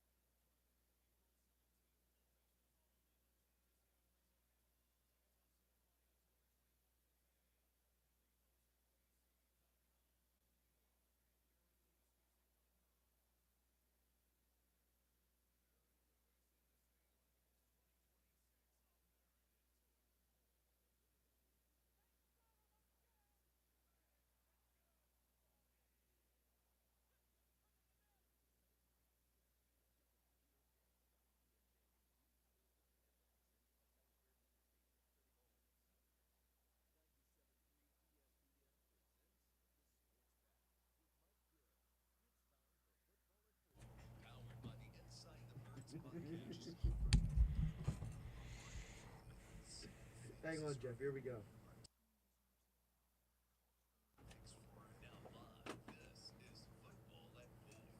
Football at 4, powered by the Inside the Birds podcast, brought to you by the Fanatics Sportsbook.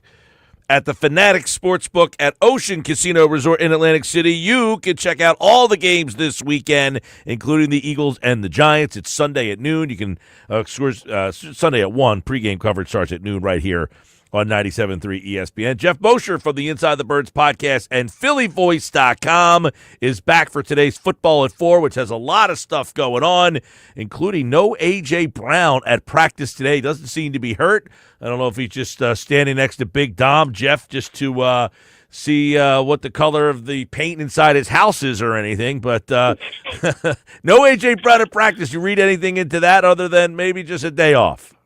Yeah, maybe just a day off. He's dealt with injuries all throughout camp, but usually, I don't know. I mean, we're in the thick of the season here. Eagles have just gotten themselves out of a 2-game losing streak. The fact that he's standing there is a good thing. But I don't know. I would say maintenance day if other guys were not practicing, but this doesn't feel like a maintenance day type of thing. But we'll have to see when the report comes out. But it's sort of a shame if it's anything that's more than minor, because he's coming off, obviously a very good game with 2 touchdowns. Yeah, and obviously he's putting out his cryptic messages and doing things, so you always wonder what's going on with him. However, he's standing on the sideline, as are a couple of injured players like Cam Jurgens. Let's get your thoughts on that.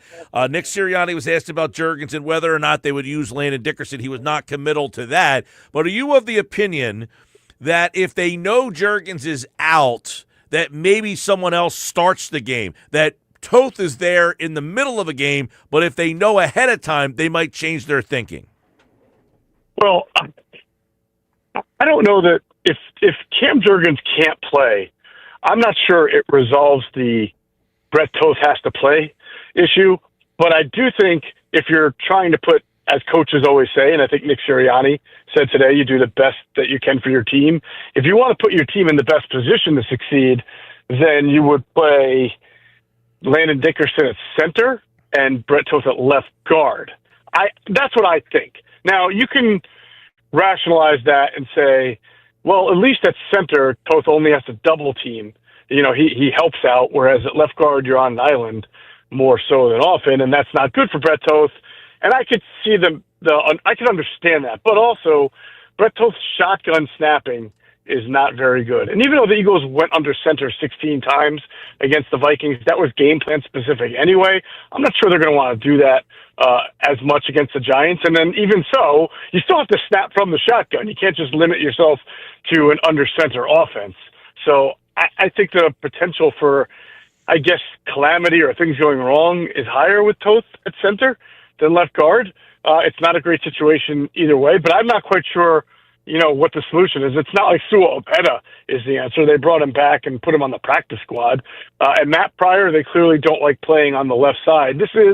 Mike, and maybe we'll be discussing this after the season or during the bye week, but it wasn't a great offseason for Howie Roseman. I know that's kind of like a dirty thing to say about Howie because of all the success that he's had, but he really did not do a great job addressing depth in some key areas this offseason, and that's one of them.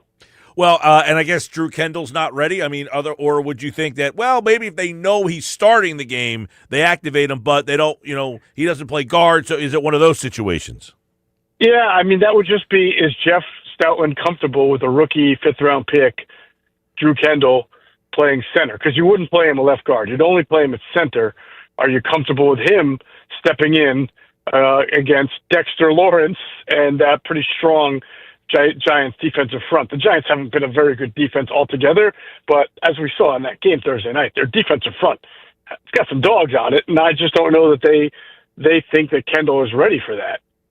Geoff Mosher, Football at 4 from the Inside the Birds podcast, and obviously he was asked today, Nick Sirianni was about Saquon Barkley. Barkley kind of said, he kind of said, it's my fault that the running game is not what it is. And he said, yeah, it's a team thing. But what do you think Barkley is Barkley kind of taking there?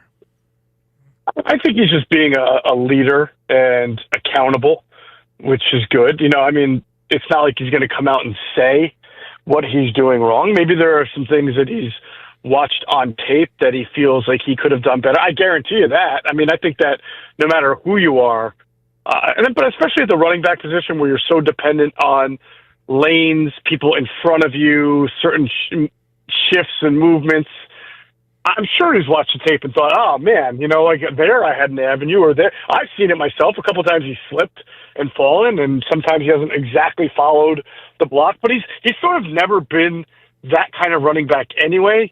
But I guess it comes to light a little bit more when your up front is already struggling. Yeah, and they're struggling up front. We'll see if Juergens can. Would you imagine that Juergens? What is going on with him? They're being kind of cryptic about this.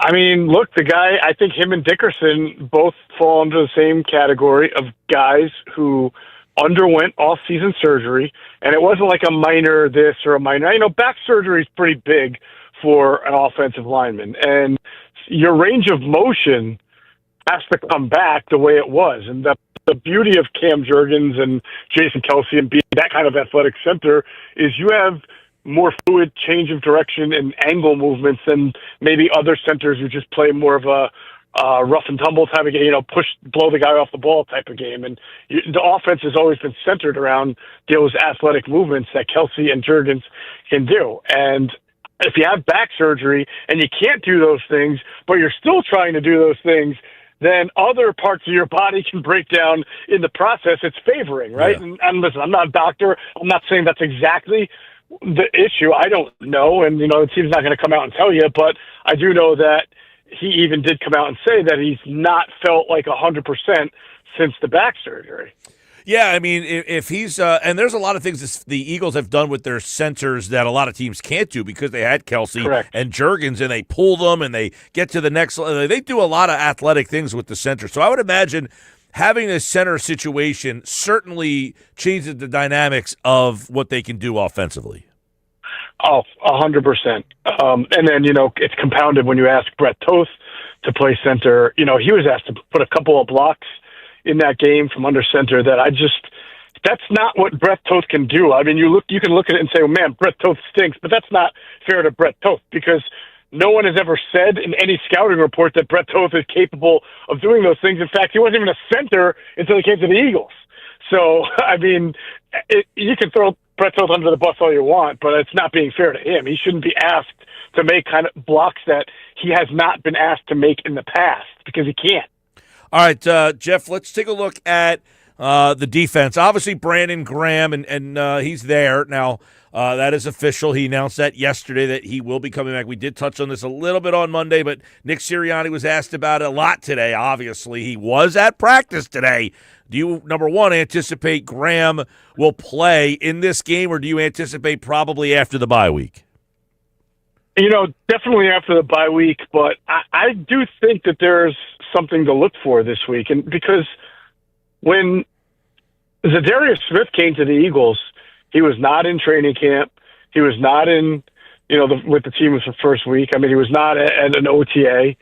So he kind of came off cold, but he was in good conditioning, and Vic certainly saw it in practice and played him a lot more in that first game than we all thought. So Brandon is different because he's coming off of a re-tear of the triceps. But, it's been 6 or 7 months. So if that's 100% healthy and not an issue, and he's out there at the practice field looking pretty good, it would not. I'm just saying it wouldn't shock me if he's medically checked out, everything's fine with the triceps, and his conditioning is even decent. It wouldn't shock me if Vic threw him out there because Vic doesn't care about your history. Vic's fine. If you can play, Vic's going to play you. Yeah, he went in that whole expository the other day about he was told the guy can only play X amount of snaps, and then hey, whatever. So if he's the best option, I agree with you. If he's the best option or one of the top 5 options, I would imagine that he would be out there. And then you got, no Ojulari, right? So, I mean, you're already, you got Zadarius Smith calling it quits, no Ojulari. And I know people got excited about Jihad Campbell playing the edge position against the Vikings, but he only did it in base, because of those depth issues. He wasn't rushing the passer. He was basically doing that for a run in a 5-2 front. So I'm not sure.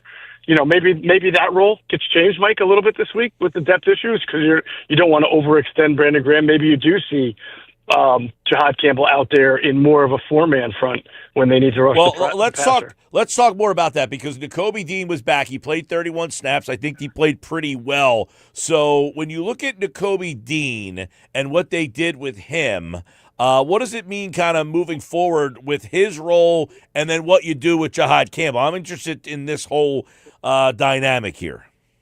Yeah, I wrote about this on PhillyVoice.com today, and so I think for now he's probably still going to play like he did against the Vikings in base downs because for the most part when they're in nickel, they're still going to be ball on and they're still going to be Jahad Campbell. That's the way it was against the Vikings, minus I think 2 or 3 snaps where Nakobe did play in the nickel, and Jahad Campbell didn't move there. He just came off the field.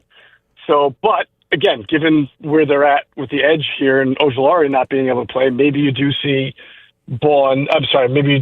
Campbell play in that 4-man front as an edge rusher, and then you do see more Nakobe at linebacker. We'll see. I don't know. Vic Fangio talked about it, and he made it clear he was just trying to get Nakobe Dean back to some conditioning, see how he looked on defense. I watched all the snaps. I thought he looked pretty good. A couple of really good run stops that he made in the game. They didn't really target him in passing, even though the Vikings actually threw the ball quite a bit while the Eagles were in base. But mostly Carson Wentz threw outside the numbers. But there is an opportunity to get him on the field if you want to play ball a little bit more as an edge rusher. Well, I was going to say, do you think it's either Campbell or Dean, or can they coexist? I think for right now they can, because you can play Campbell on the edge in the nickel in the 4-man front, and then have Dean play linebacker. But when you're talking about coming out of the bye and Nolan Smith ready to return and Brandon Graham having a few more weeks of practice on them, remember Nolan Smith, Brandon Graham, and Jalen Hunt are all very good run defenders, not just good pass rushers. So you'd want those guys in your 5-2 front playing the edge more so than Campbell. So if those guys are going to play the edge in that front, you're going to put Campbell back at off-ball linebacker, and then Nakobe sort of gets lost in the sauce again, and we'll just see from there. I mean, there could be more injuries. We don't know. But I think the short-term answer is clearer than the long-term answer. Well, it'll be interesting. I didn't think Campbell made much of a factor at all in that role in pass rush. Would you disagree with me? Do you mean against the Vikings or last year? Exactly. Like if you watched him and said, "Oh, this guy's going to help us out," like you would say no to that. But you almost, I want to get you almost feel like where they are with the pass rush, like you almost say, "Hey, do we just keep playing him here and hope that we can unlock something?" Yeah, I don't know, because his future is still off-ball linebacker. I mean, that's the reality of the situation. We have no idea what's going to happen with Nakobe Dean after this year. His contract's up. It's hard right now to see him getting an extension, knowing that they have Campbell and Vaughn's playing well. But that's for after the season. So I don't think that they're just going to play Campbell at edge just to kind of experiment and see what they can get, if he can get better. Once they have Nolan Smith back and Brandon Graham, and you still have Uche and you still have Jalen Hunt, I just don't see a whole lot of edge reps for Jahad Campbell. And because of the bye week, this scenario that I'm talking about is really just the next game after the Giants game, which is, it could be the Packers game. And if it's not the Packers, then it surely would be the next week. Yeah, I know. Nolan Smith, he's not back at practice this week, so his window's not even open to try to play at all. There was some hope that he could possibly. It was always supposed to be after the bye week, though. Yeah, no, but the fact that he could practice this week, right? I mean, as I understood it, the practice window for him was more realistic for the bye week. He's going to coming out of the bye week. Yeah, so he'll be. So hopefully you get him back after the bye week. What is your thoughts on Bennett was back today, Jacorian Bennett? Does he become the cornerback opposite Mitchell? Really. He's one injury away. I mean, I would think that Keely Ringo will get the opportunity, especially because this is not a Giants team that has a tremendous amount of great offensive weapons. I mean, we say that. I know. I was there. I watched on Thursday night when guys like Little Jordan Humphrey and Wan'Dale Robinson caught a lot of big passes that you wouldn't expect. But the reality is, I mean, this is not a great Giants receiving core. No, not at all. They don't even have neighbors out there. Yeah, right. And I don't even know if Slayton's going to be there. So, I mean, I know Vic is going to watch Jacory and Bennett in practice today, but you got to remember, man, like Bennett just got here. He's trying to learn a different defense than he's ever played in. He had a couple of weeks, probably was going to get a shot. Then he got hurt for 5 weeks, I think it's been, right? So that Rams game where he blocked, where he picked up the field. Was it the Rams game? Yes, he hit the holder on the field goal block that Jordan Davis did, right? That's how he hurt himself. He went shoulder first into the holder there. Yeah. So anyway, that was several weeks now. So not only does he have to have conditioning, and Vic has to see how he is, but he's got to know the defense and know where to play. And but listen, even if he doesn't, what happens if Kelee Ringo gets out there and turns an ankle? What are they going to do? Yeah, well, they have to play him. I think the Ringo thing has been a roller coaster. Adoree Jackson had the rough first week, and I think everybody's kind of holding him to that first week, but he's been banged up now, so it'll be interesting. And I'm interested to know, like right now, if they were to pick one spot to upgrade, would it be edge still or corner? Man, that's a tough. It's you would have to tell us like who's available, right? Because it could be I'll just get the best one that I can, because it's clear that both of them are equally hurting the Eagles at times. I think everything starts up front with the Eagles. I know that, so edge would be hard to turn down, but there's just I don't know who's going to be dealing like a good number 2 corner. But we'll see. I know, everybody expects the Vikings to have their fire sale, and then a couple other teams will fall out of it too. We'll see. But I don't know that there is a clear answer to what you're saying as an either or. They're both positions of need, and they're both positions hurting the team equally. Well, because they told you that we need a corner by trading for a corner, and then they told you we need an edge by signing an edge. So I don't think that either of those areas have been shored up quite enough yet. So they might have to dip right back in the same, although Bennett hasn't got a chance to play, so we'll see how that all kind of shakes out there. Moshe, before we get out of here, let's look at this matchup a little bit. The Giants kicked your butt last time. They physically beat you up. They didn't do anything to me. I feel great. Would you be surprised if they were able to come out and do the same thing and just physically win at the line of scrimmage? We're talking about problems up front, on offensive line, defensive pass rush. Would you be surprised if the Giants, why shouldn't I think the Giants can beat you up again? That's fair. I get where you're coming. I mean, I'd be surprised if the Eagles lost 34-17. Sure, for sure. But I wouldn't, am I saying that this is an absolute, no doubt about it win, or that the Giants won't come up and be really competitive despite their record? No, I think if anything the Giants have shown you over the last few weeks is that they believe in themselves. And the one thing that's very interesting about how they're coaching Jackson Dart, if you watch their games, they don't coach him like he's a rookie quarterback. You don't see Brian Dable limiting his throws or making easy. I mean, they have him out there throwing the ball around, right? I mean, they're not treating him with training wheels. Okay, sort of like the way Washington treated Jaden Daniels last year. Hey, let's come out and throw with him. Let's come out and run with him. Let's run this offense that Cliff Kingsbury designed. So that's impressive, and I think that it has had a widespread impact on the team. Now, they really blew a big game, and that's going to be tough to come back from. I heard you talking about it before. It's like the first time in 1,060. That's almost unbelievable, that stat. But if anything, this team looks pretty resilient, and they're confident, and they are strong up front. Now, I think their defensive coordinator is doing a lousy job, but they did a good job against the Eagles, and I expect that this will not be some kind of 42-13 type of win for the Eagles like it used to be when they played the Giants. I think one of the crazy things of this season is how the Giant defense, their pass rush and the personnel they have really struggled. I thought their defense would be a pain in the butt to play, and that has not been the case. Their defense, obviously last week, that was unbelievable to give up 30 points in a quarter.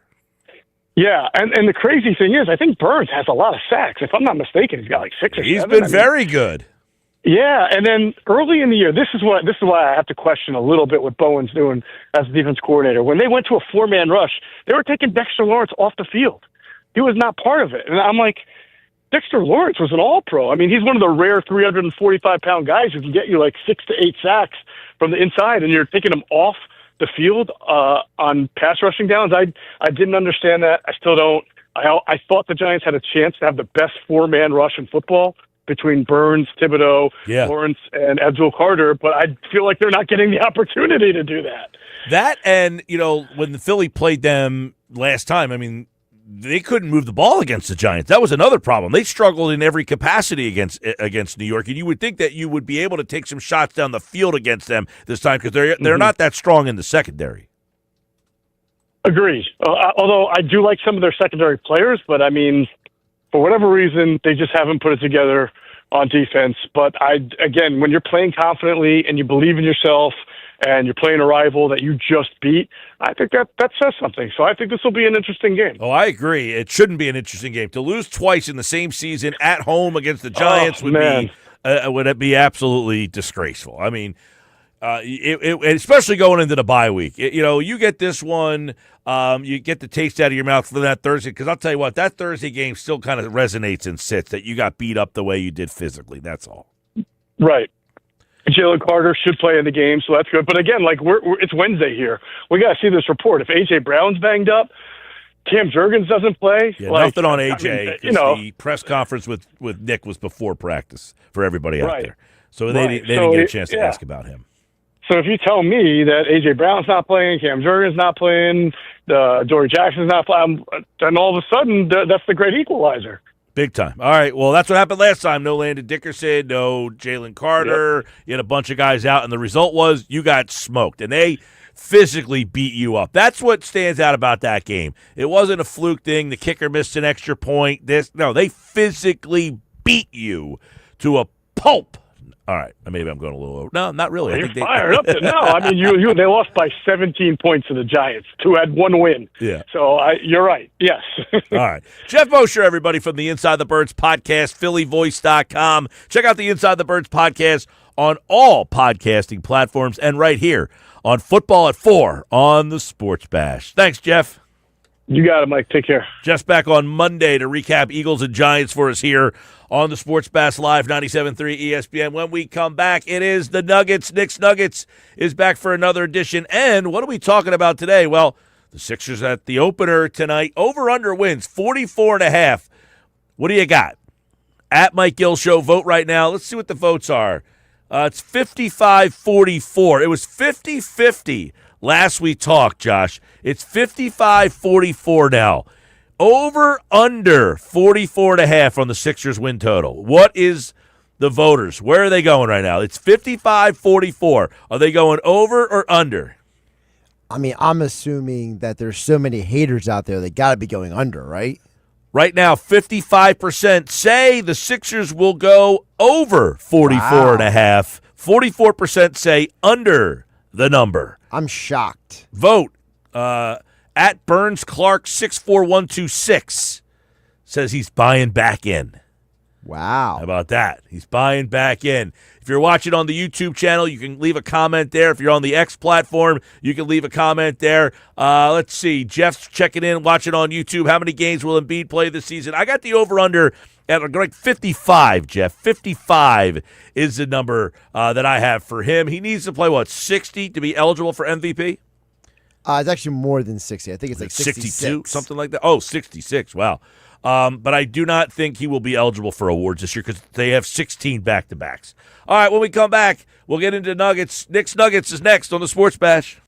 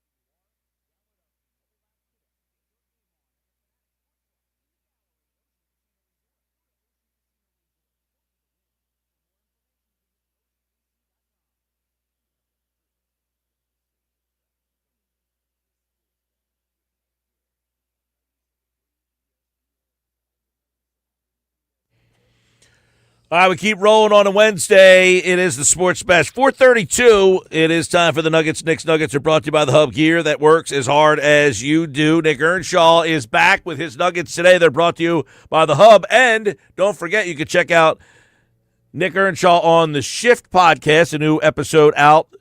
Was it last night or Monday night? And Earnshaw Radio on all the social media platforms.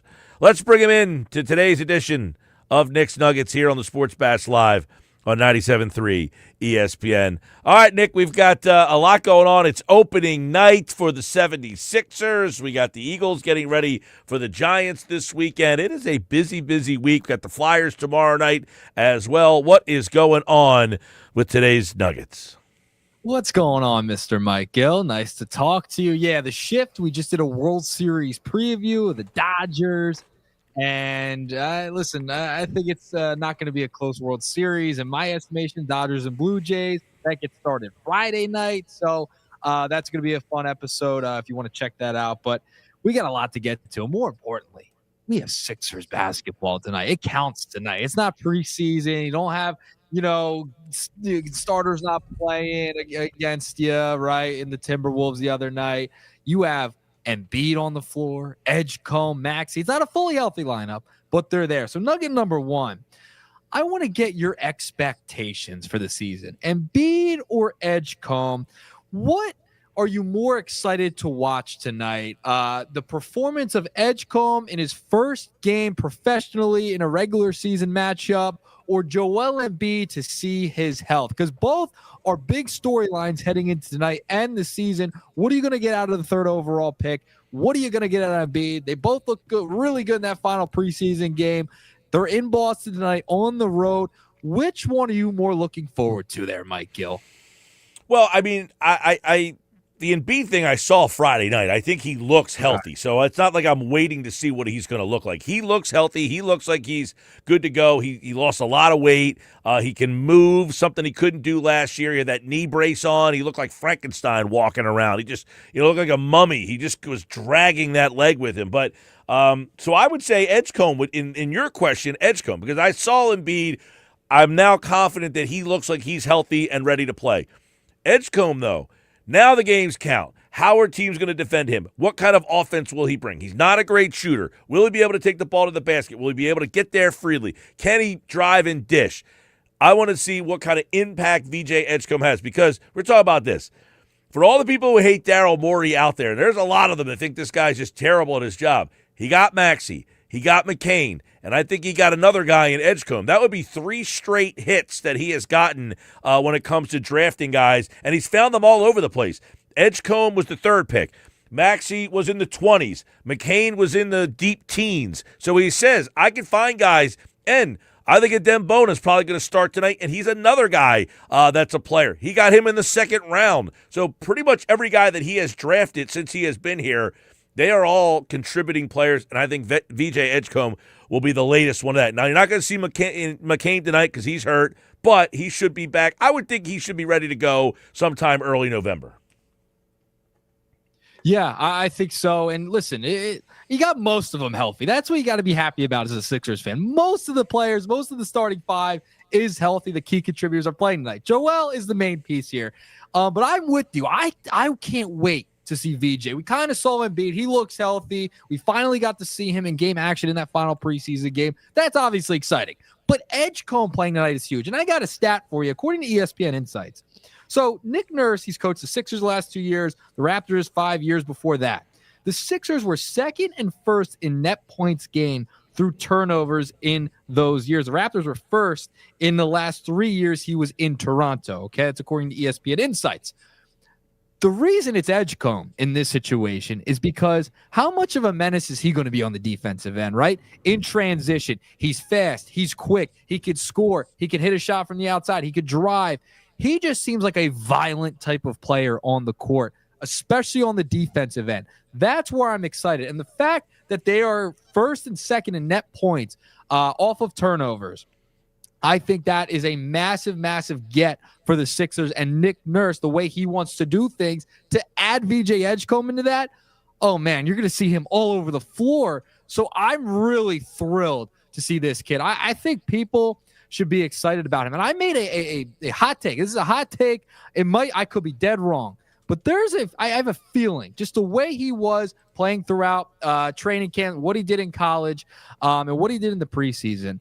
I just have a feeling because of his violence on the basketball court, the fact he's all over the place, right? I think he could have a shot at the dunk contest this year. Like maybe he revives the dunk contest. I don't know. I think he could be in it this year with the way he plays the game and the fact that he plays it so hard, Mike.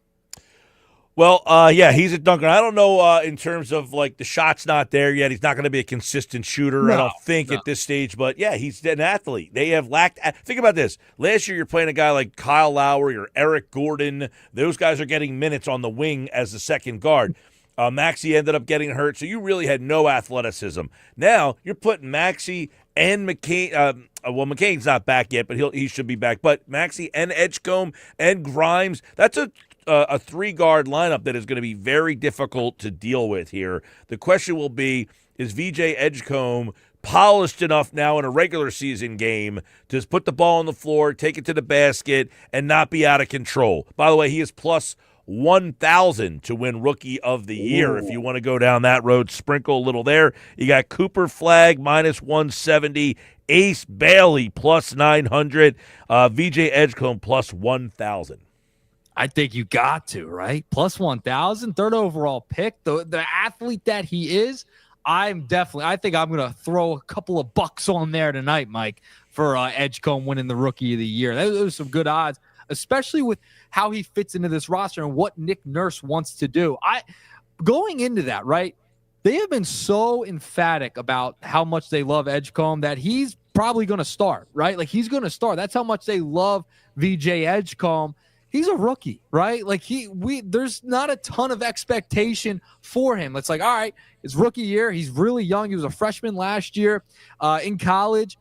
I can't wait to see this guy. And I think people have to be talking about this. I know the Embiid stuff's the big deal and like, everyone's hurt. Are they going to be healthy all year? Edgecombe is the key factor because he's an athlete and because he's so young, what he can give you on the floor. I think that changes the entire dynamic of the Sixers, the way people should look at them this year.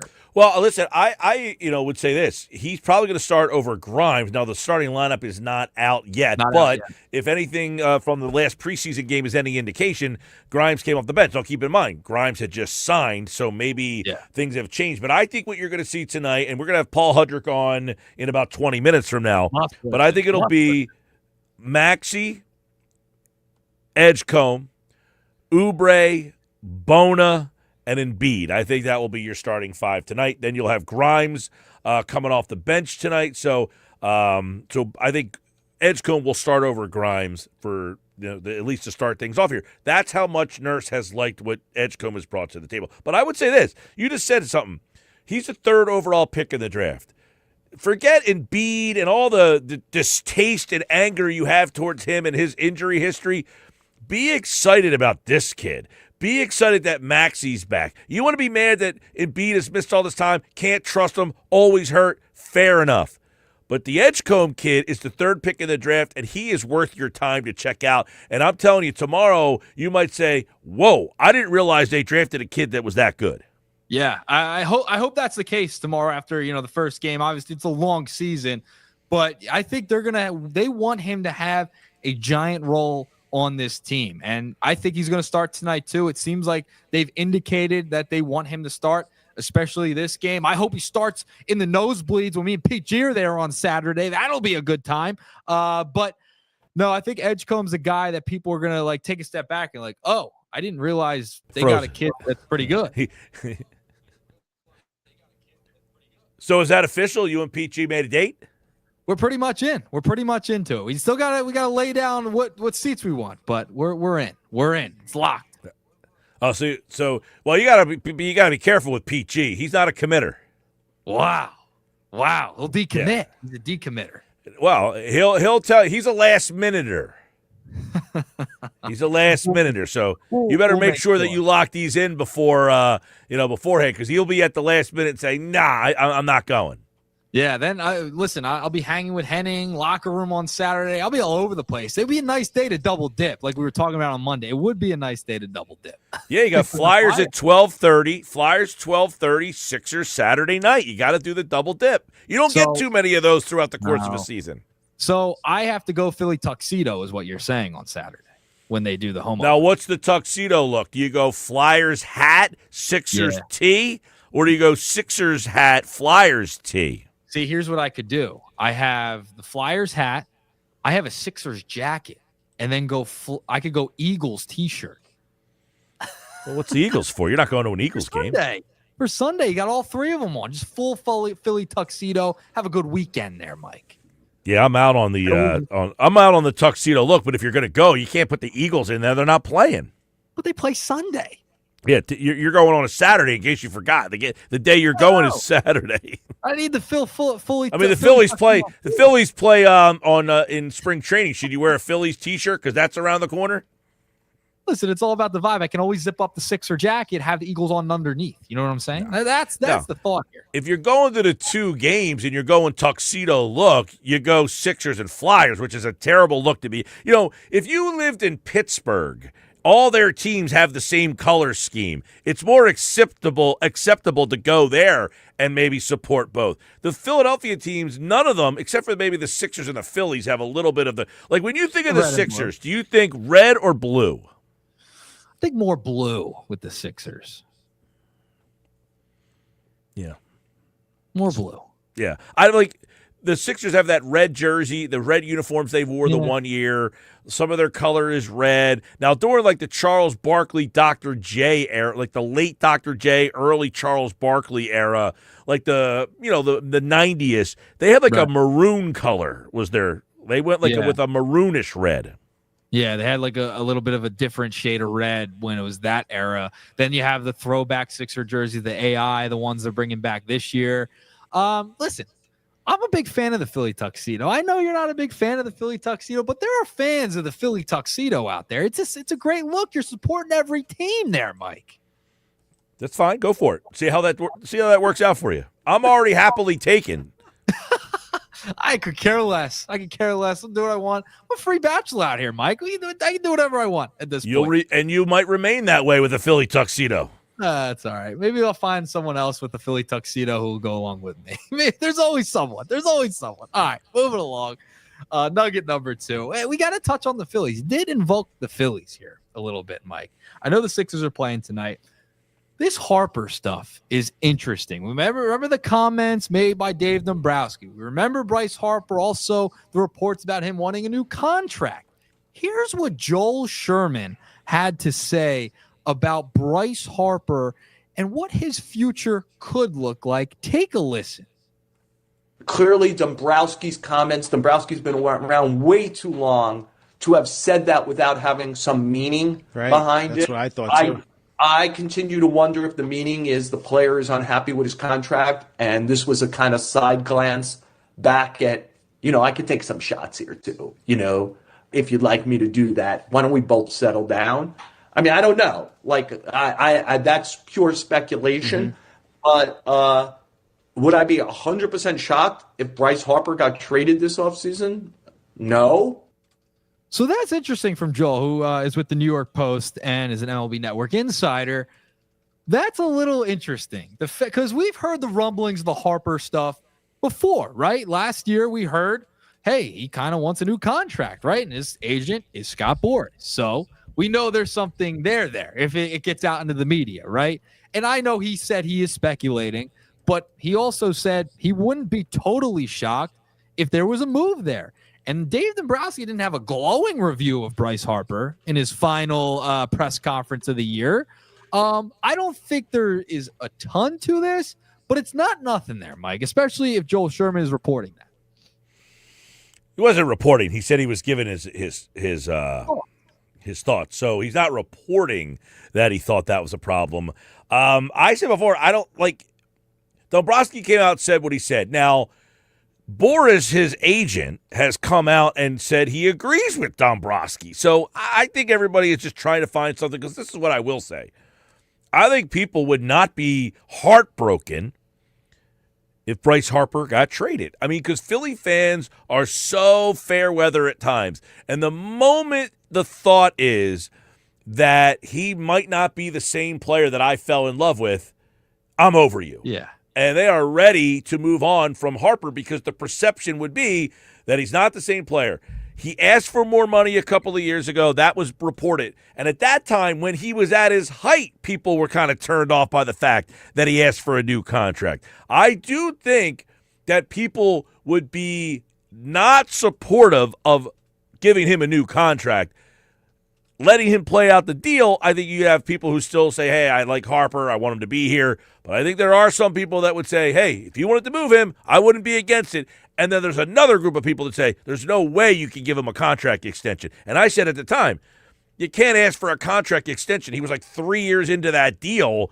That's your fault. You sign a long-term deal like that. When you sign a long-term deal like that, you know eventually you are going to be at a point where you outlive where the economics are. So I don't put a lot of stock in that Harper wants to be, or that Dombrowski is saying this to try to like start anything, because Boris has come out and says, I agree that Harper missed time due to injury, and that was his volume was down. But other than that, Bryce Harper's performing at an elite level on the number of characteristics that we keep track of. When you look at his expected baseball stats, Harper's pretty much on par with his career averages. He's surrounded by Kyle Tucker, Fernando Tatis, Bobby Witt, Rafael Devers. His barrel rate, hard hit rate, exit velocity are all on the top of the MLB. His barrel rate is the same as Vladdy Guerrero and Witt Jr. His exit velocity is the same as Kyle Raleigh. So he's saying, everybody, what you saw, the numbers are suggesting that he is one of the top players. Now, he also said, I don't think Dave Dombrowski or John Middleton or anybody is contemplating Bryce Harper not being in Philadelphia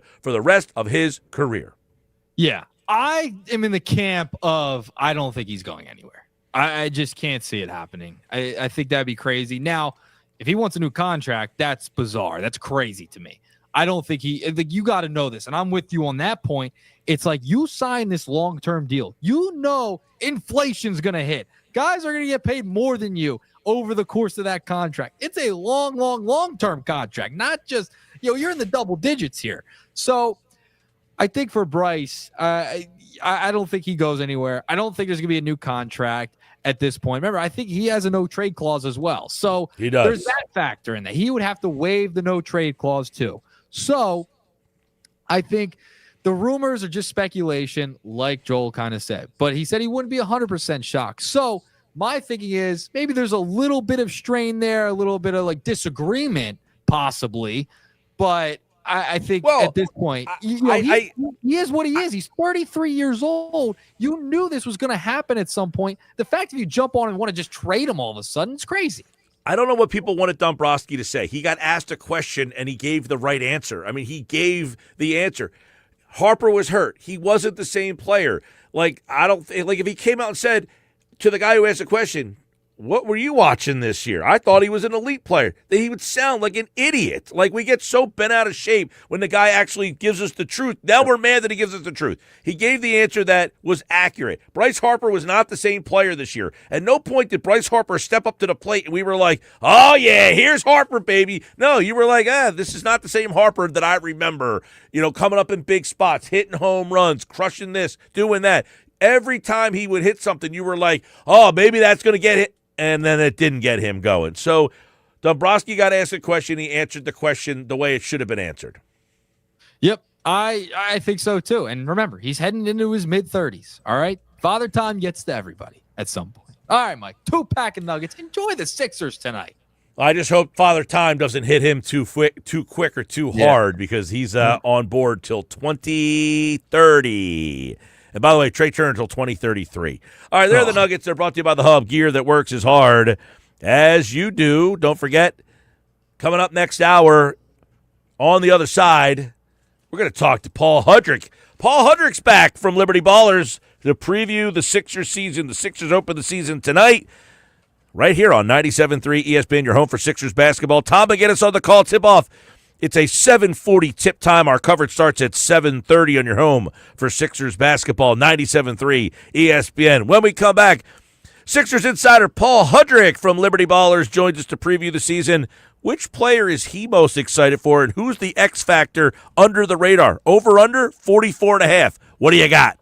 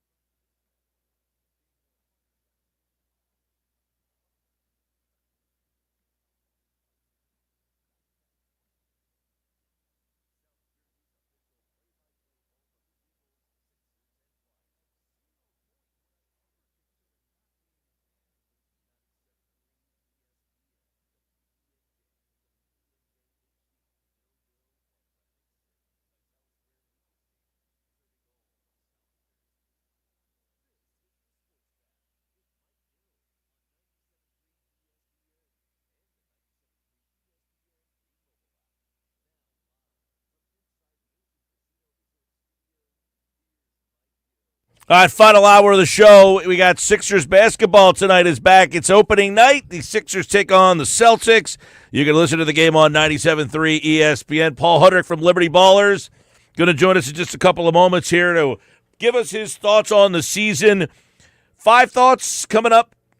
Paul Hudrick right there on a Wednesday night, back in the saddle for the Sixers this season, and he joins us now on the Sports Bash Live, 97.3 ESPN. Sixers, Celtics tonight. You can listen to the game on 97.3 ESPN. Tom McGinnis is on the call, 7:30 coverage, tip time 7:40. All the action on 97.3 ESPN. All right, we're roped back in. Tell us why, Paul Hudrick. Tell us why we do this to ourselves. Welcome back, man. Good to see you. Another Sixers season is here. This one feels a little different than last year. That was miserable. Yes, the most miserable season I've ever covered in my life, and I was there for some of the process days in the beginning, and this was way more miserable because no one wanted to lose those games. The process, we all knew the deal. Last year, that was a team that had all-in expectations. They just signed Paul George. That was the message, right? Like, we're competing for a championship right now. And then it went up in flames in spectacular fashion when Joel Embiid only plays 19 games. Paul George battles injury all year, and the rest of the team, really. So I think the biggest differences are a few things. One, here we have Joel Embiid playing on opening night.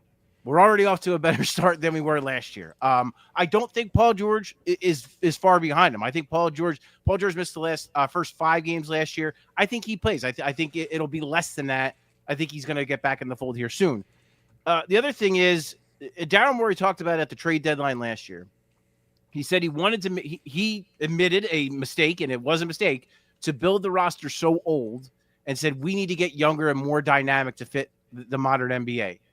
And look, he did that, right? He trades Caleb Martin and gets Quentin Grimes.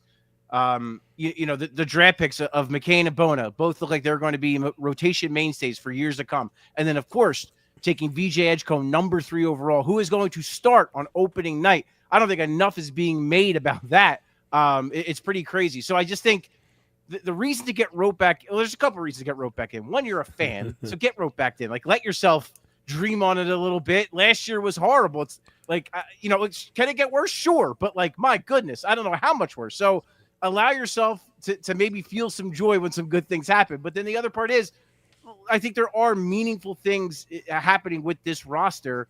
And I'm not going to come on your show and tell you that this is going to be a title contender, but I think this team is maybe a little bit better than the public perception right now. Okay, so let's go there, because you mentioned last year they were all in. If they were all in at the beginning of last year and we thought that team was good enough, why shouldn't we believe in this? Is this team better than the team that we believed in last year? On paper, yes, but on paper we thought the team last year was good too. So there's really okay, so if healthy, I've heard Charles Barkley, Chris Mannix, a well-respected guy, was on Sportsman yesterday morning. He thinks if the Sixers are healthy, that they're the best team. I said, fell out of my seat. Like, if Joel Embiid, and we could talk more about what he looks like and all that stuff, but should we have higher expectations if they are? Now, everything's always about health with this team, and if they're healthy. It's the conversation that we're having has an asterisk. It's all based on if they're healthy. So if they are healthy, should we have higher expectations? If you tell me that this team will have Joel Embiid and Paul George for more than 50 games each, this is going to be one of the best teams in the Eastern Conference. For sure. It almost has to be. Like, it would be a crime if they weren't, because the pieces around them. Here we go. Because the pieces around them are better. It's a better, again, you're going to have VJ Edgecombe now this whole season. You'll have a better version of Tyrese Maxey who will be healthy. Jared McCain, obviously he's not starting the year, but he'll finish the year. He's not going to miss that much time. Adem Bona, a year older.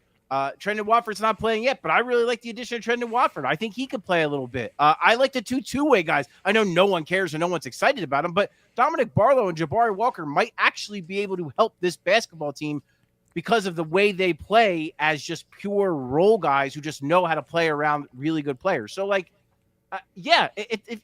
the thing is, you can't tell me that, right? You can't tell me that they're going to play 50 games apiece, and no one can. So that's why, to me, anyone who can definitively sit here and say the Sixers are going to be this or the Sixers are going to be that, They are telling on themselves because no one knows. There is no possible way to know how good or bad this team will be. It's going to hinge on how much those two guys play. Now, I don't think if those two guys don't play a single minute this year, I still don't think it's 24 wins. I think it's better than that than last year. But I don't know said how before, good it is. the fact that I after watching them Friday night, it's a preseason game, but Joel looks to be in much better shape. He looks like he can move lateral up and down the floor. He could not do that last year. Like when he played, it was painful to watch him try to play. Well, So he hurt the team, Mike. Like last year was the first time I've ever watched Joel Embiid play basketball and say he is actively hurting the Sixers. I had never seen that in his entire career until last season. So I think that was pretty telling. Right. So people are judging him based on what they watched last year. If you watched him Friday night, you would say, who's this guy?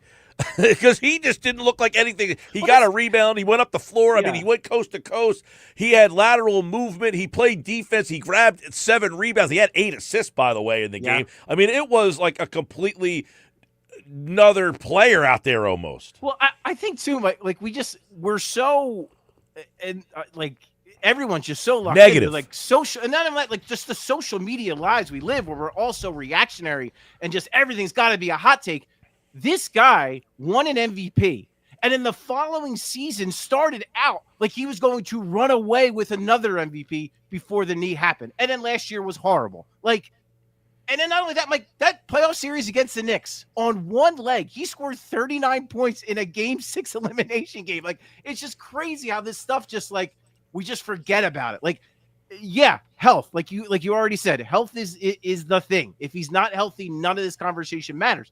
But if he is healthy, this is a guy who was one of the best basketball players on the planet. And I think for some reason that's just like, and maybe it's his personality because he does great on people, and I get all that. But like, man, the pendulum has just swung way too far the other way, in my opinion. So it's all about Embiid, that we know. Because I would say if Embiid is healthy, they are young and athletic. And even if Embiid, they can handle Embiid missing some time, not the whole season.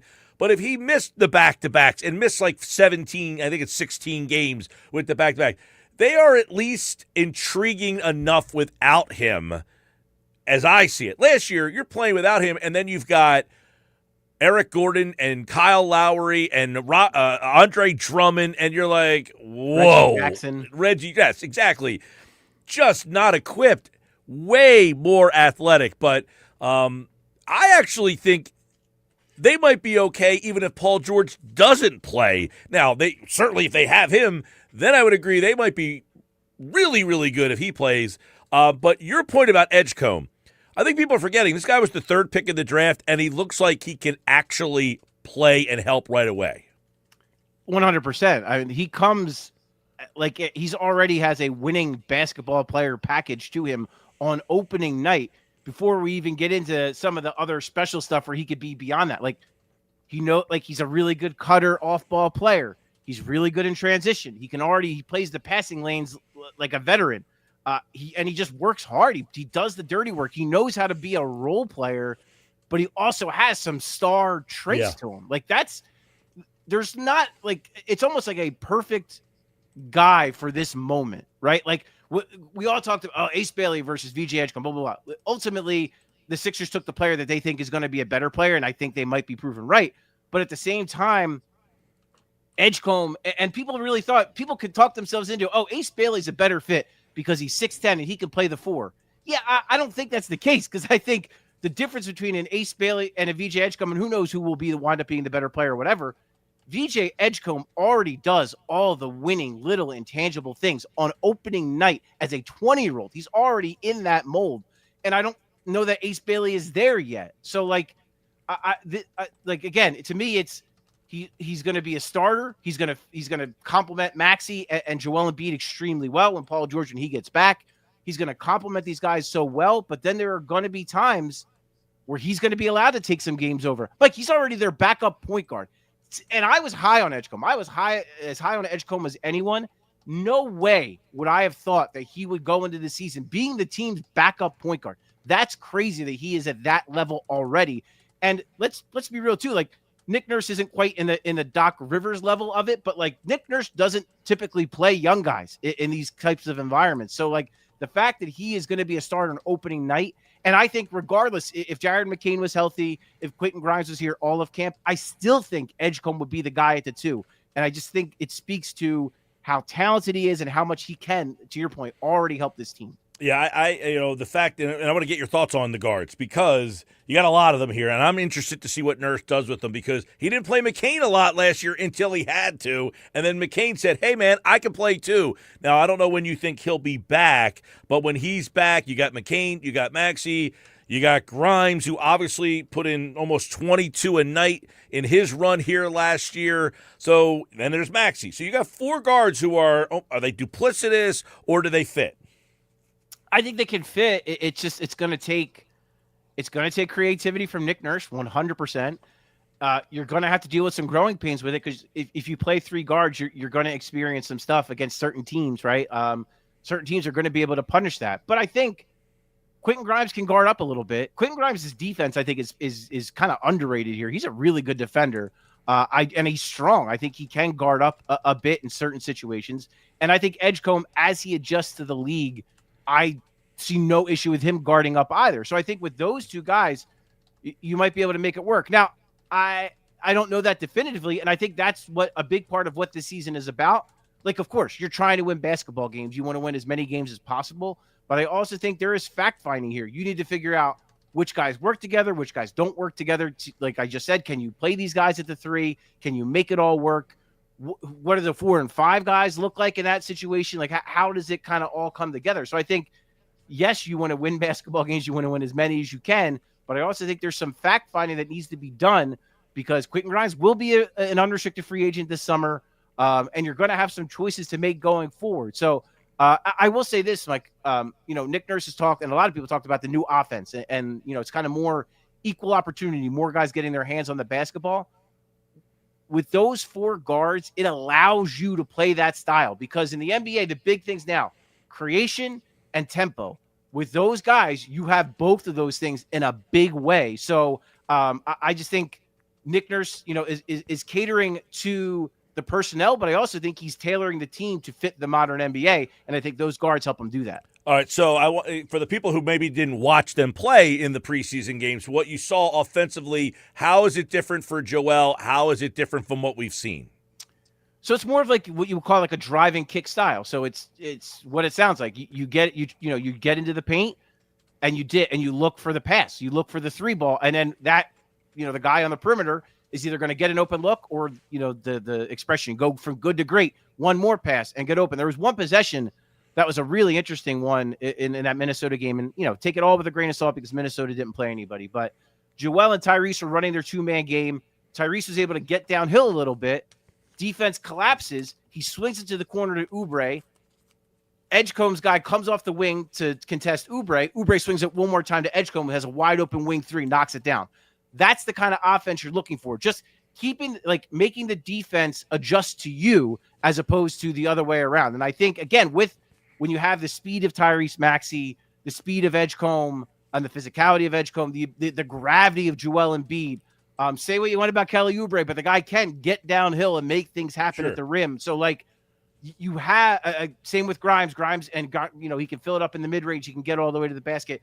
When you have these guys with these versatile skill sets that can create offense and can do these things, it just opens up the offense so much more. And I think that's what Nurse is tapping into, saying, okay, you guys go out there, get downhill, create, kick it, and get that defense all scattered and scrambling, and then that will lead to a great shot.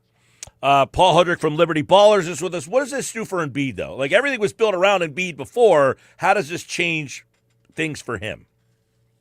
I think it just gives him more outlets. So they're going to double him because he's Joel Embiid. It's just going to happen. That's just the way that goes. But everybody thinks Embiid stinks, so.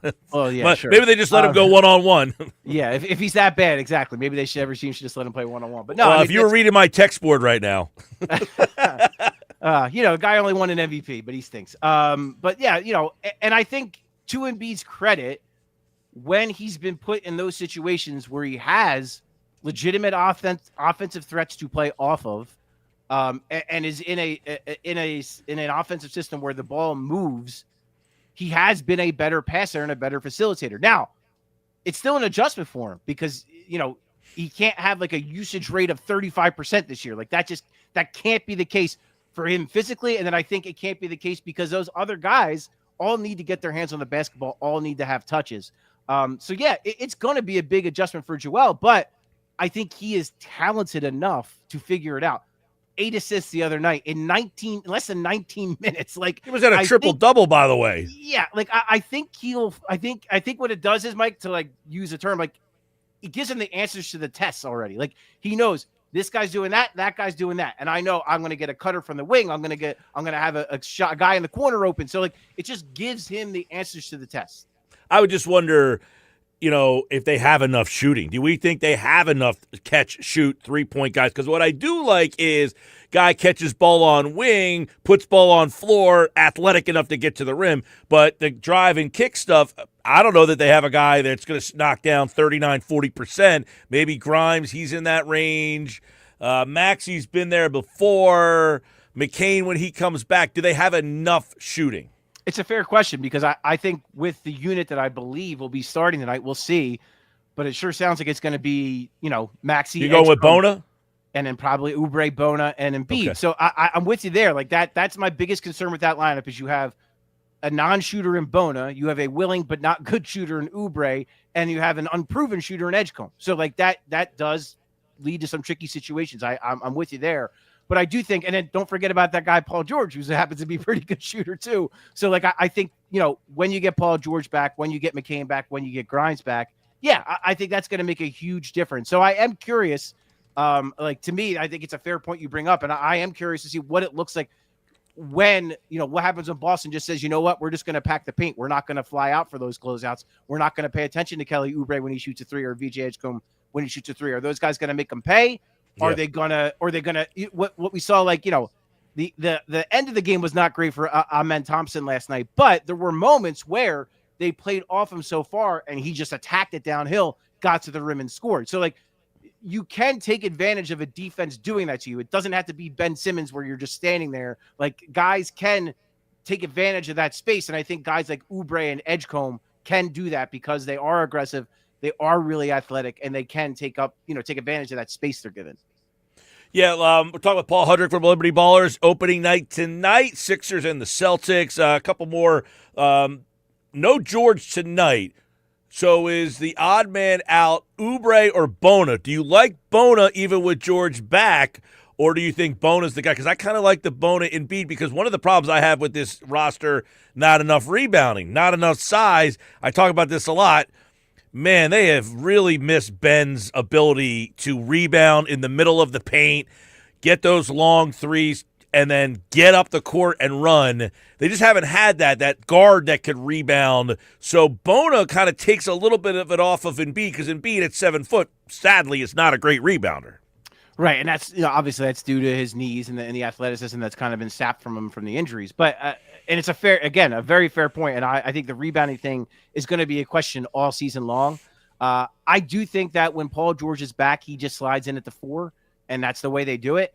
Because to me, like, good luck stopping that team offensively. Like, I don't know how you like all those weapons. That's going to be really tough for opposing teams, especially if they eventually go 3 guards and use Grimes at the 3 and George at the 4. Like that's going to be a really difficult team to stop on the offensive end of the floor. But to your point, rebounding will be an issue. I'll say this, though.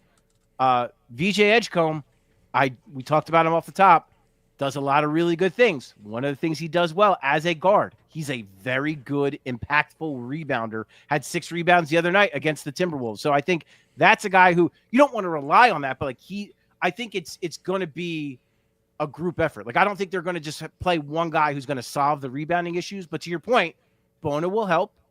Edgecombe will help. Kelly Oubre. I like Wofford. I like Wofford too. Although he's a fine rebounder. He's like an okay rebounder, not a great one. But I think Wofford's going to bring some stuff. I think Wofford's an intriguing guy that I think maybe people are sleeping on a little bit because he was hurt all throughout camp. But he's been practicing in full recently. So I imagine he's not far off from a return, but he's really unique and interesting too. At 6'9", with his ability to grab the ball off the rim and push it. And good go passer. And kind of very good passer. He was the Nets' backup point guard last year. Like he he's got a really interesting skill set, which I'm curious to see how he plays with those four guards. I was going to say he could maybe be what you've missed in Ben, a guy who can get the ball and then start breaks. They just have been terrible in getting boards and starting breaks. Well, they're gonna run, Mike. That's the one thing I assure you of. They are going to run this year at every opportunity. There were 3 possessions in that game against Minnesota, and we're right underneath the basket, for the press media row section, and Joel Embiid underneath the basket 3 separate times. He grabs a rebound, shucks it down the other end, doesn't even have to go down the other end of the floor. Basket for the Sixers. I think those are big opportunities they have to take up now too with the athletes they have. Yeah. For Joel, Joel has just got to find those outlets, get the ball at the floor quick. He might not even have to run down the other end sometimes. All right, Paul Hudrick, Liberty Ballers. You've been to camp. You've been around them. You've seen them play. What's the vibes around the team? Because the vibes last year had to be the worst vibes of all time. I've been on record. I think last year was the worst season in the history of the franchise, based on the expectations and then the amount of injuries, out of your control. But that was awful. The vibes around this team right now feel like what?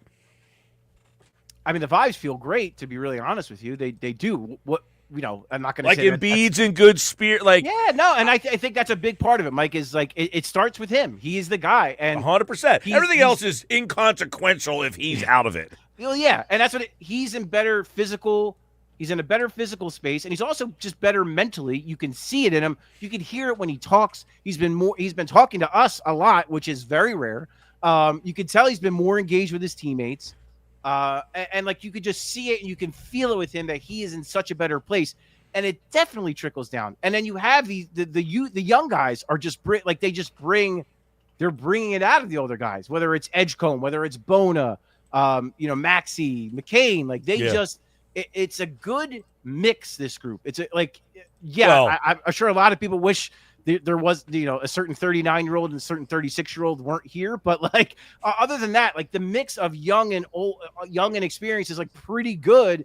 And I think you need that. And I think that's part of why the vibes are so good is that, and also too, Mike, it's the right type of young guys and the right type of veterans. And I think so far you're seeing the young guys are hungry and they want to ask questions. They want to be better. And the old guys are listening to them and they're telling them how to be better. So I think you need that. And I think so far now, when the going gets tough, we'll see how it is. But now, I think the vibes are very good. Well, I mean, that team was so bad last year, it sucked the joy out of Maxey. I mean, that's hard to do. I mean, that guy's a joy to watch. McCain is a joy to – when is McCain back, you think? I think as soon as he's physically able, they already said, Nick Nurse, when he talked the other day, Nick Nurse told us Nick Nurse gets there early. Jared McCain's already there doing left-handed workouts in the gym. So this guy, he's going to be as soon as they tell him your thumb is healed, that guy's going to be out there. So he's supposed to be reevaluated in, I think in about a week.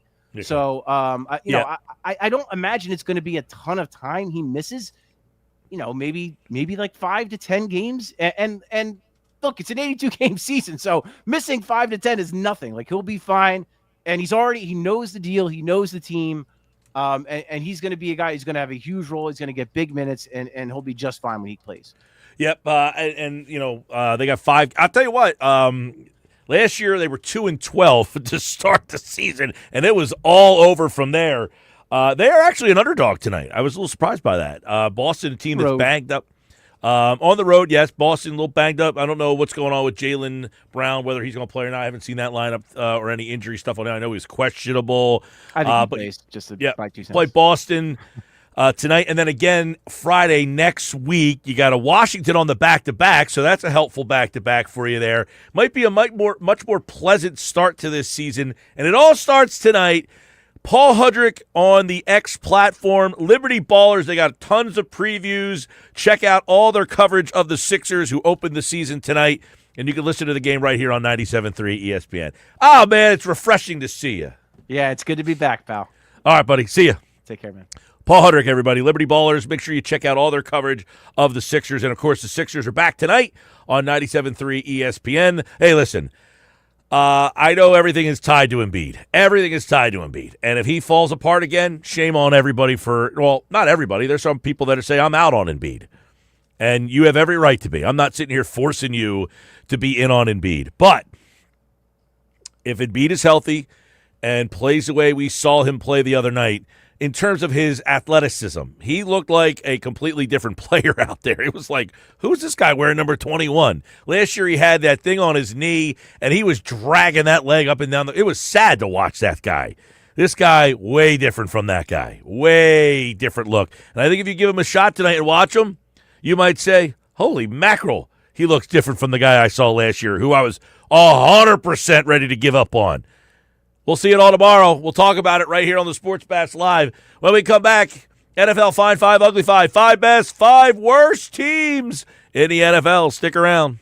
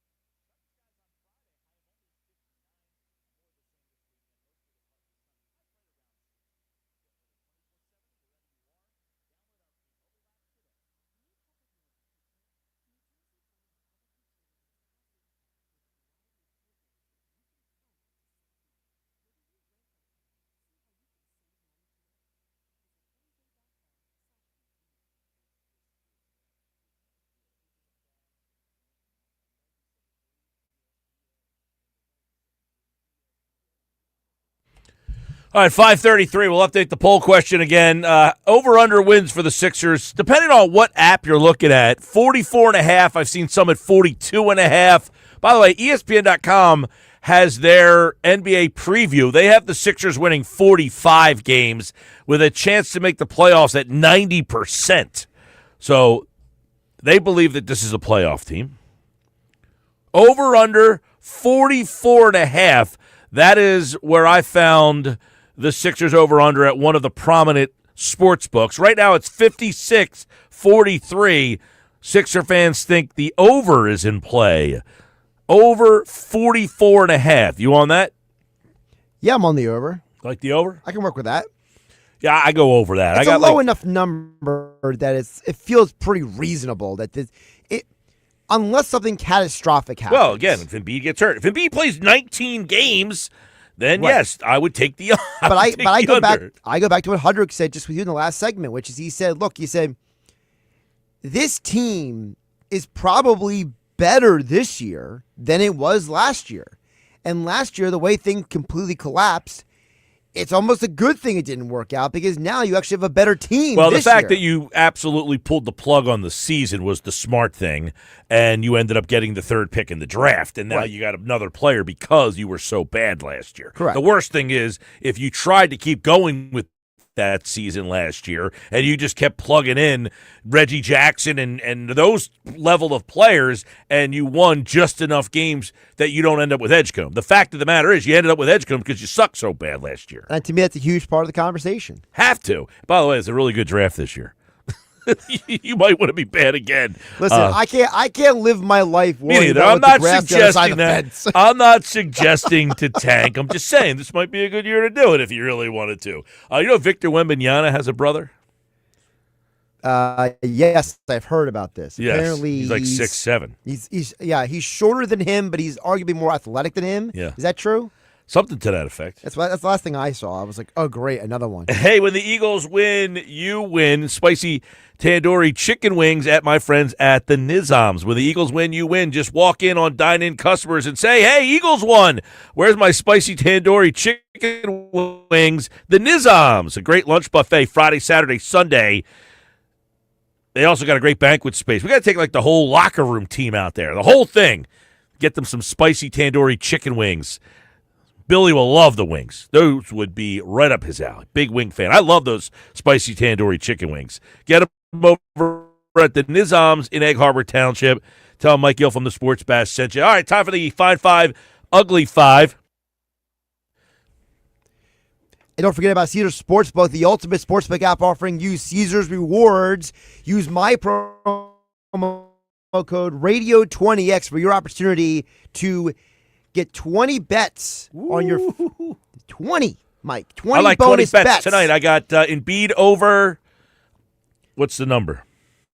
I was going to say, can you come up with 20 Well, bets? you told me the guy who was playing center for the Celtics tonight. Yeah, I forget his name already. But either Kubota? way, no, worse than that. But either way, you can bet that as Caesars Sportsbook, and you can win things such as hotel stays in Atlantic City. Of course, you must be 21 or older in New Jersey to play. Use the promo code Radio20X. And of course, for more information, visit Caesars.com/promos. If you or somebody you know has a gambling problem, please call 1-800-GAMBLER. By the way, Vegas apparently doesn't think Joel Embiid's going to stink. His over-under for points tonight is 30. Yeah. Yeah. Well, that just tells you how bad the other guy on the Celtics is, 30. right? Hey, you played 19 games last year, and Steve in Egg Harbor Township thinks you stink. We're going to put the over-under for 30. Yeah. If he stunk, the over-under would be like 12. Now, the way that some of these apps do now is like you can slide the number if you want. I've seen that function. It's a little slippery. Because, I'm not a big fan of that. Just give me the number. You know, me and my fat fingers, I'll mess it up, but I typically do. So you can get them at 25 for minus 102. You can get them for 30 at plus 240. So you can pick which one you want. But the one that was displayed on the screen when I went was Embiid there. All right, Fine Five, Ugly Five. 5 best, 5 worst teams in the league. Here we go. The worst team in the league is evident. Yes. I think we all can agree on the worst team is. It's just the order of the other 4. The order of the other 4. All right. Number 5, worst teams in the league. These are the fine 5, ugly 5 here on the Sports Bash Live 97.3 ESPN. Let's go with the 5th worst team right now. Oh, man, just picking the litter, right? I mean, this there's a lot of bad teams, all like real bad. It's and like then a there's a lot user of preference. Yeah, like the middle ground is interesting. How about now Lamar Jackson's back at practice today. He's limited, though. Yes. Well, then So- Baltimore's number 5. Right now, without Lamar Jackson, that team's terrible. Defensively, they're awful. Even with Lamar Jackson, they're number 5. Because he can't play defense anyway. So him coming back doesn't fix the defense. Yeah, they're terrible. I agree. The Saints are number 5. You had the Saints. I said the Ravens. I'm sorry, the Ravens are number 5. Yeah. Actually, I take that back. I'm making a change.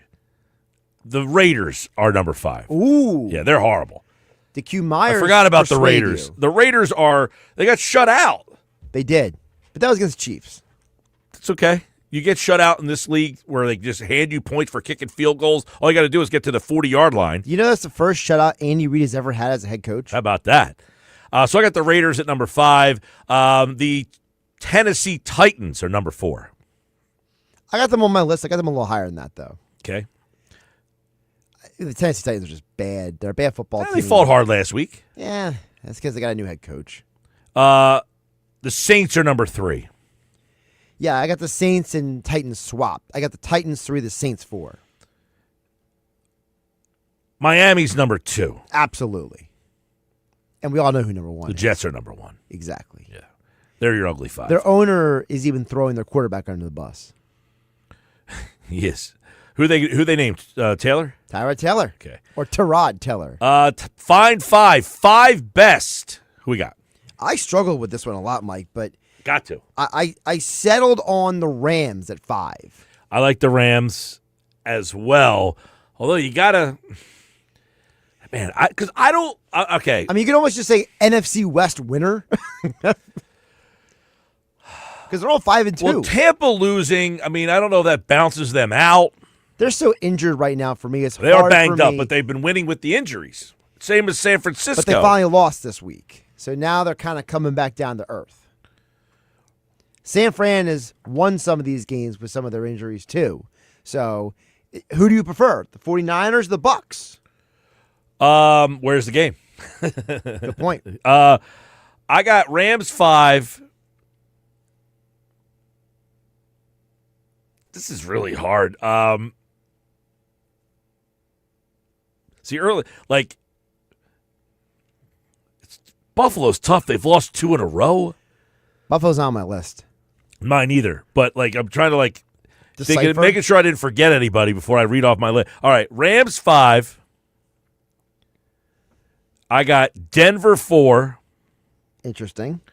I've got Indianapolis 3. Okay. I've got Kansas City 2. And I got Detroit 1. And I know Kansas City lost to Detroit. I think Detroit had a rough night. But right now, I like Detroit the best. The game they played against the Bucs the other night, that was one of the most complete games you saw against. Now, they're beat up. But I think Detroit right now is the most complete offensive team. I know they got problems on defense, but I think if their defense is healthy, that might be the most complete team in the league. Because I think the coordinator was the question early in the season when they lost. I don't think that's a question anymore. They've definitely figured out the coordinator on both sides of the ball, by the way. Both sides of the ball. You got to give them credit because even Calvin Shepard, who's now the DC, he did a great job at taking 5th, 6th, 7th string corners and safeties in that game against the Bucs and saying, not tonight. That was a great job by him. I mean, he made Rock Ya-Sin look like a starting NFL corner. So, good job by Calvin Shepard. The Lions are on my list too, but they're not number 1. Yeah. So my 5 through 1, I have the Rams at 5. I have the Eagles re-entering the list at 4. I thought what they did against Minnesota should catapult them back into the conversation. I have the Lions at 3 because I still hold their 2 losses against them. Green Bay at number 2, and I have the Colts at number 1. Wow, you're going Colts. I'm a believer. I believe enough to put them in number 3. I mean, whether you want to say they're 3 or 1, the reality is that we're saying the Colts are a top 3 team in the NFL. No Denver for you, huh? No. San Fran? I considered San Fran. I considered Denver. I considered Kansas City, but New England. No consideration. Not really. Not for the 5. This is the fine 5, not the good 5. Well, there's a lot of goods. There's not very many fines. Exactly. Yeah. The finest fines you could find. So right now, I don't have the Packers in there. I just think the Packers are just meh. See, I like the Packers. I mean, this week they're losing to Arizona. I mean, I just feel like Jordan Love is not. But every team is a down game. I get here that, and there. but I'm saying, like, Jordan Love hasn't been great. They don't have great weapons. Now, Jacobs is banged up a little bit, too. Obviously, when they traded for Parsons, everybody went nuts. But that team, I think, offensively is just okay. I mean, listen, Jacobs had a monster game. He came in that being questionable, and he said, I don't know if you saw the report, but he basically told the coaching staff, I'm playing, don't stop me. And he's the reason why they won the game, basically, him and Micah Parsons. New England, want to see more, but intrigued. I am very 49ers intrigued. banged up, still winning. I like Denver, although I can't believe they gave up as many points as they did against the Giants, but I'll take Denver there. Philadelphia, obviously, I need to see more consistency with the offense and the defense. They don't have enough pass rush for me right now. I like Tampa, but they got to get healthy, so there you go. I mean, Tampa might be the most unhealthy team in football right now. I mean, they got more guys injured. Hassan and Reddick is going to play in the next game now. So they lose one of their pass rushers for the next game. Yep. Sports Bash Live, 97.3 ESPN. That is the Fine 5, Ugly 5. We'll do it again next week. Who are the 5 best, 5 worst teams? Play around each and every week with us here on the Sports Bash. Don't forget, coming up, it's the Sixers and the Celtics. That's at 7:30 right here. The coverage begins on 97.3 ESPN.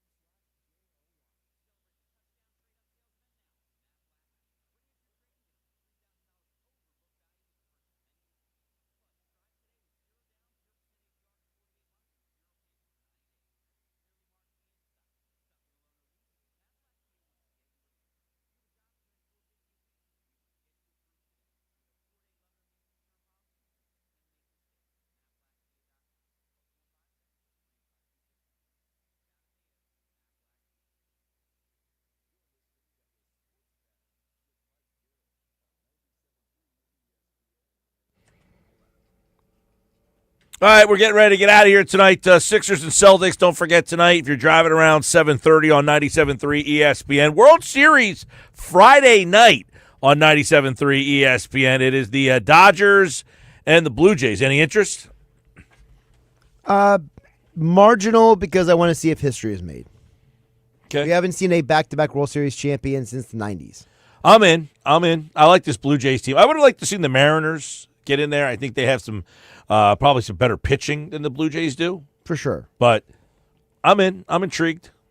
Yeah, I'm intrigued. It's just I really wanted the Mariners in there. I really wanted to see a team that never been there before. Oh, you got to be.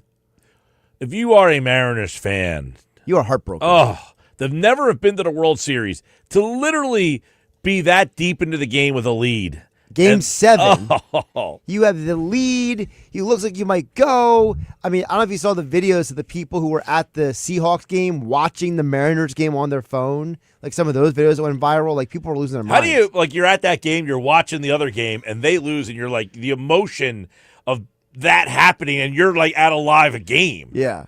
Good for the Seahawks for winning that game, because if not, that would have been I mean, we just went through it here, but to be alive there would be brutal. Yeah, but I mean, Game 7. Oh, that's awful. And then, listen, we talk about managers and stuff all the time. They make the pitching change in that spot. I love it. Like, we act like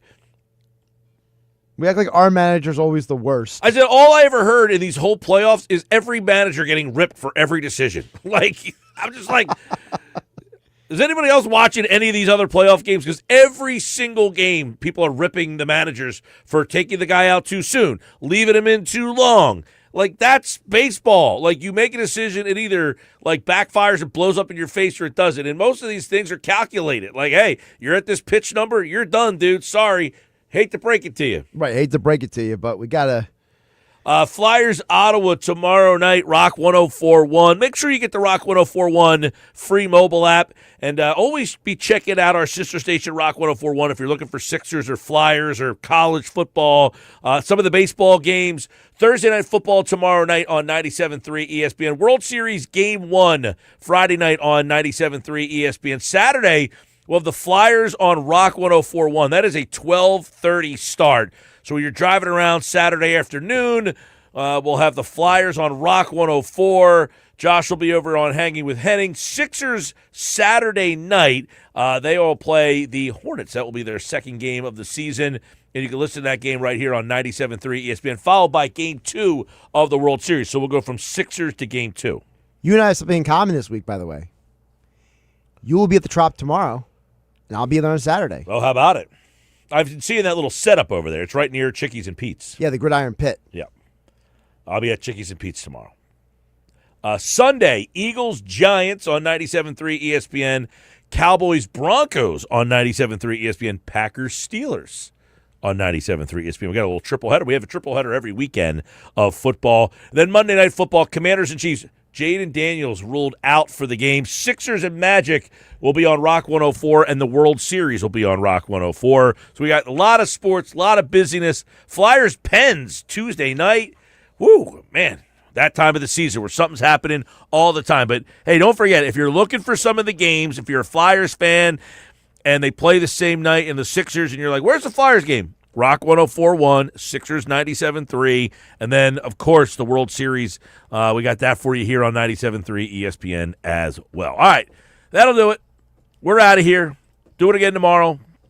Sports Bass Live at Chickies and Pete's at the Tropicana in Atlantic City.